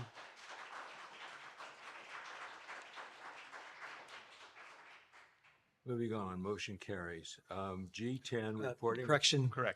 The motion failed. Motion fails. Well, I'm sorry, motion. I'm so used to saying yes. Thank you for the correction. G10, reporting of state dashboard local performance indicators edition. The board has received this information. G11, Williams Uniform Complaints Quarterly Report. The board has received this report. G12, approval of defective change order totaling minus $3,000 for the TK/Kinder Playground Equipment Replacement Project. This calls for a motion. So moved. Second. Moved and seconded. Any comments? Hearing none. All in favor? Aye. Aye. Aye. Any opposed? Hearing none, motion carries. G13, approval of additive and deductive change orders for contracts C0000866, 879, 880, and 881 for the Murrieta Elementary new classroom building project. This calls for motion. So moved. Second. Moved and seconded. Any comments? All in favor? Aye. Aye. Any opposed? Hearing none, motion carries 5-0. Pardon me. G14, approval of the appointment of members to the Citizens Oversight Committee for the Measure BB General Obligation Bond. This calls for a motion. So moved. Second. Moved and seconded. Any comments? Hearing none? I have a quick question. All right. Actually, one of the individual is here, so if it's approved, we'd like to introduce them.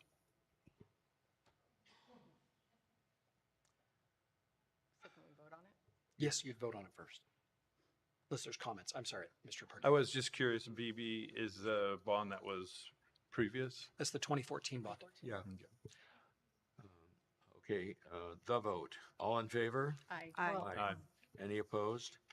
Hearing none, motion carries. Mr. Diffley? Yes. I'd like to introduce Mr. Steve Briggs.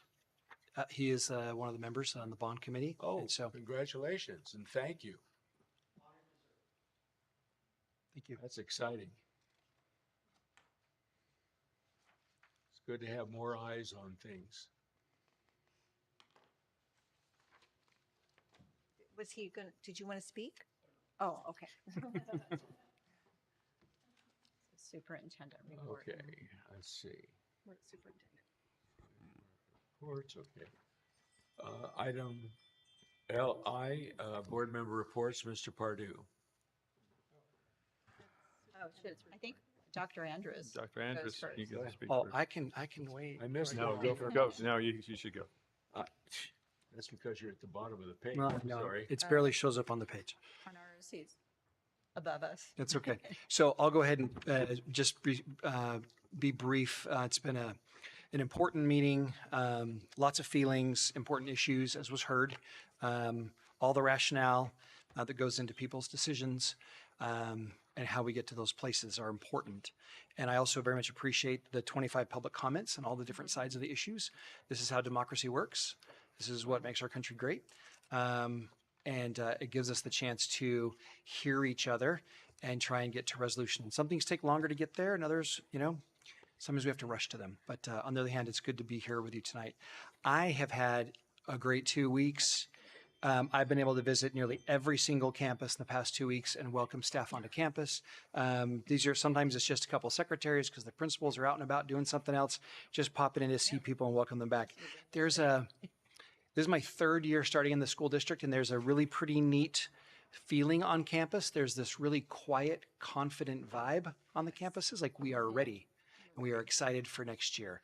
There's not like a panic or worry or concern or something else. This is like quiet, like we know what we're doing and let's get going type attitude. So it's really great to see. I've spoken to a couple dozen families and students during the registration this week because I got to registration sites where kids and parents are at. Always fun to see the TK and kinder moms and dads and then the 6th grade parents. There's not very many freshman parents showing up to orientation. They're kind of like, you're on your own. But in talking to some of them, some are new to the community. Some are returning from a non-public school to a public school setting, and there's excited anticipation for that. But most people are returning to the schools. They're just really pretty excited about that. As was presented in the slide deck and the work that was done over the summer, I am deeply proud of this team. And when I say team, it's everyone from the deputy superintendent all the way down to the folks who are going to clean this room tonight. I just want to share with you a couple of quick statistics, and these are some things that actually Darren Daniel shared with his team. This group actually in this building processes over almost 6,000 purchase orders every year. We disperse over 9,000 checks to vendors every year. We disperse about 3,500 checks to employees every month. We support over 40,000 computers and devices, 800 software programs, 1,300 security cameras, and 1,500 printers. We maintain 345 vehicles, 64 buses, 37 trailers, 50 golf carts, and we're not golfing. 194 of our white fleet vehicles that you see. We transport about 1,350 kids to 5 different cities. We total about almost nearly 500,000 miles home to school transportation, and that does not include the 730 field trips last year. We manage approximately 410 acres of property, and the night crew and the day crew, they clean over 2 million square feet of classroom and building space every day. This last year, they completed over 10,000 maintenance work orders last year. They served over 20,500 meals every day. That's 3,750 meals.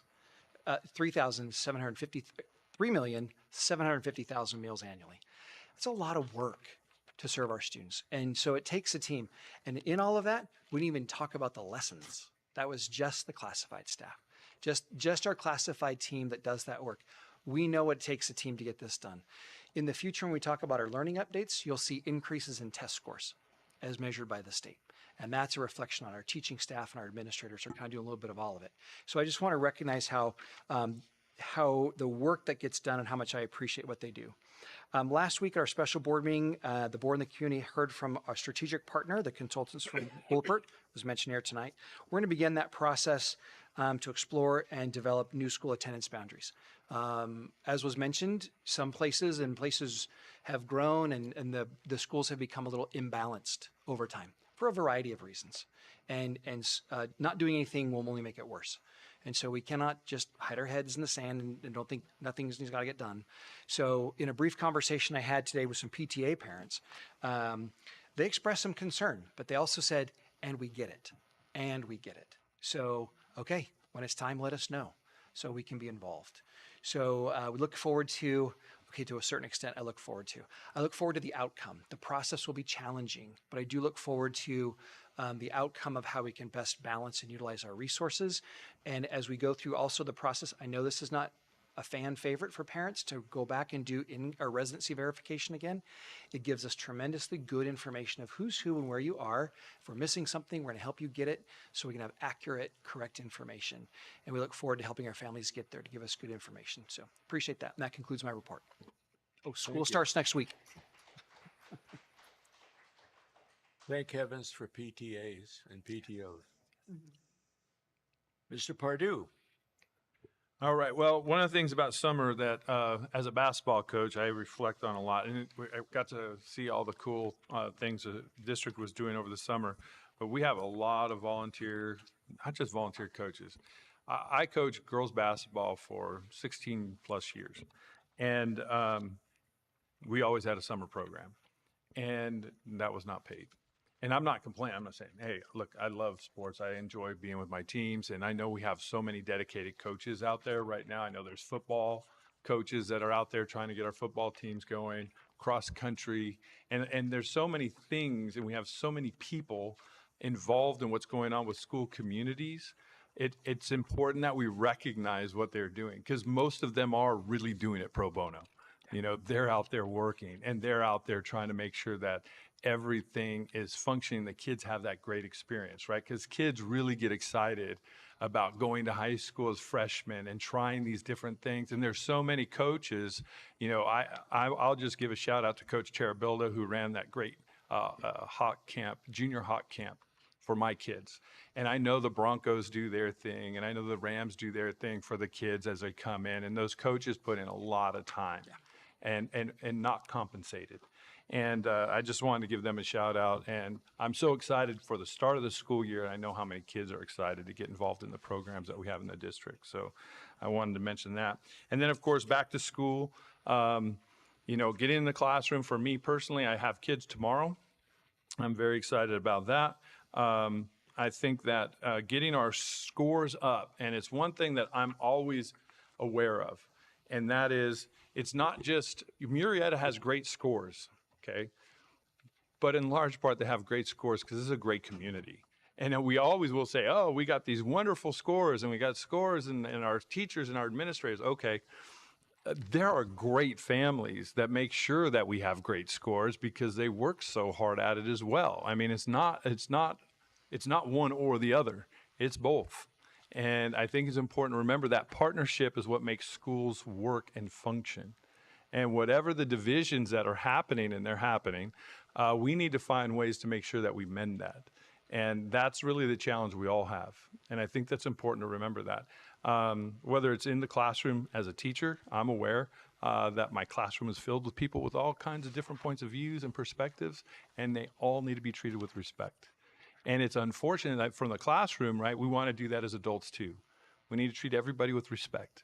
And we can have different perspectives, and that's completely okay, but we do need to learn how to do that. And I think it's important that we model that. And then when we go in the classroom as teachers, that we respect the values of everyone in that classroom. Because not everyone in that classroom shares your values. And that includes my values. I'm up there teaching. I know this. But sometimes that gets lost. And I want to make sure that we have a great school year, that it's positive, and that hopefully we can be more productive moving forward. And that ends my comments. Thank you. Thank you. Mrs. Young.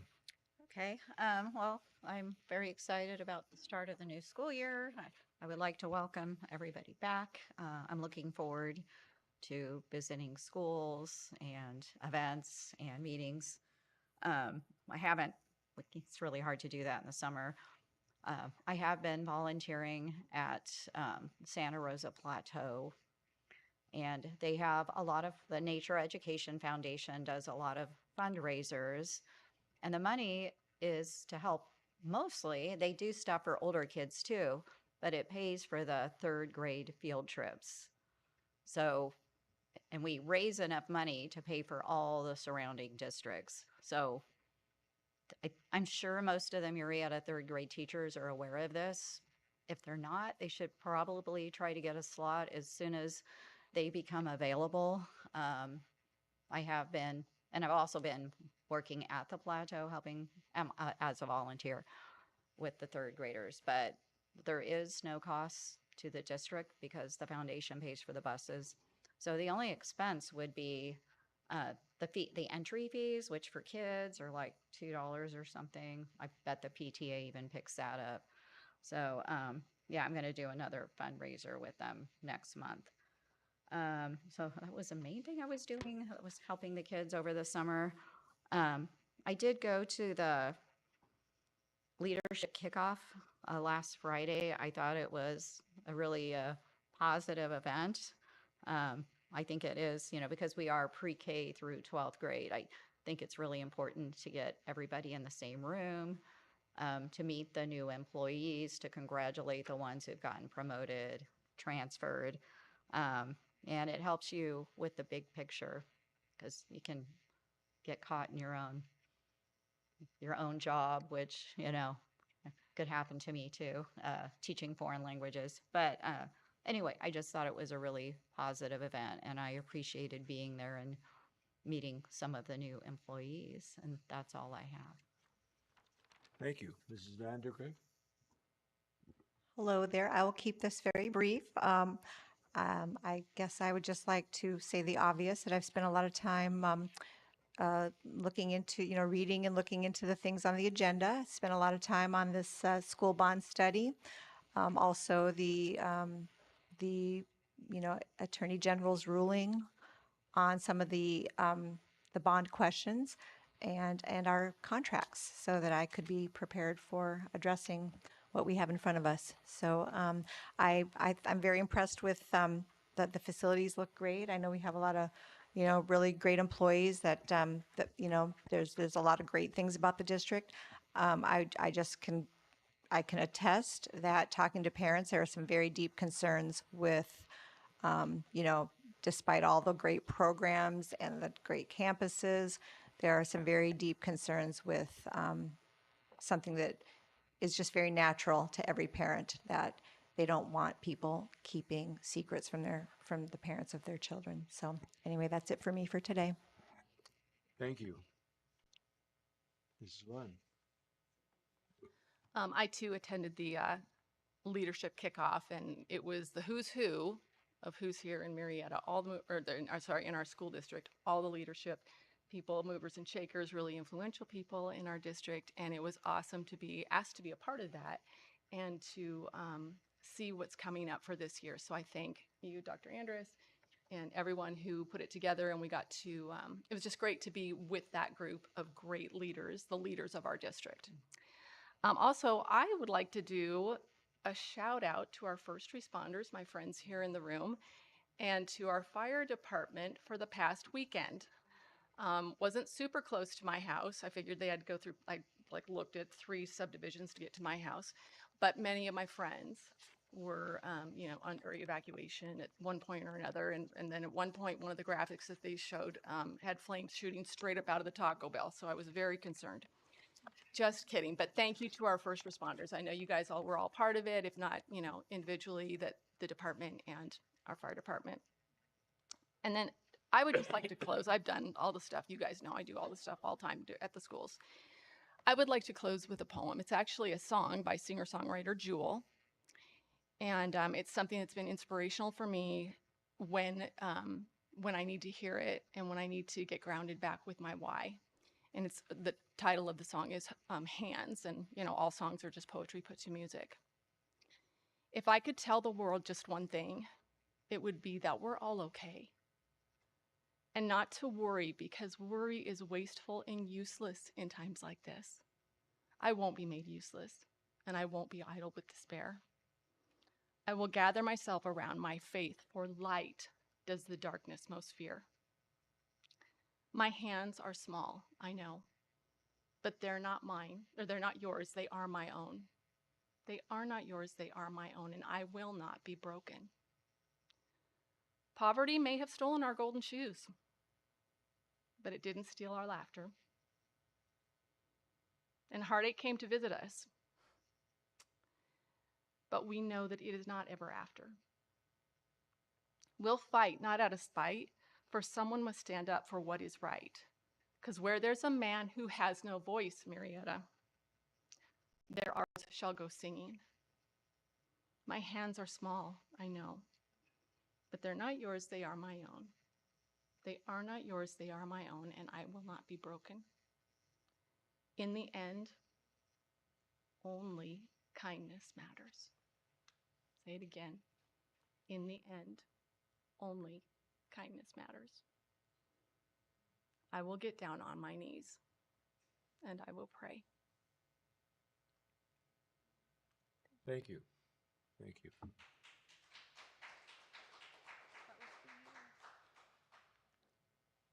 Lastly, I want to thank every one of you for being here and for enduring to the end.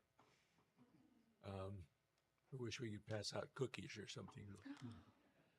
But I'm really glad that you're here. I'm glad that you participate.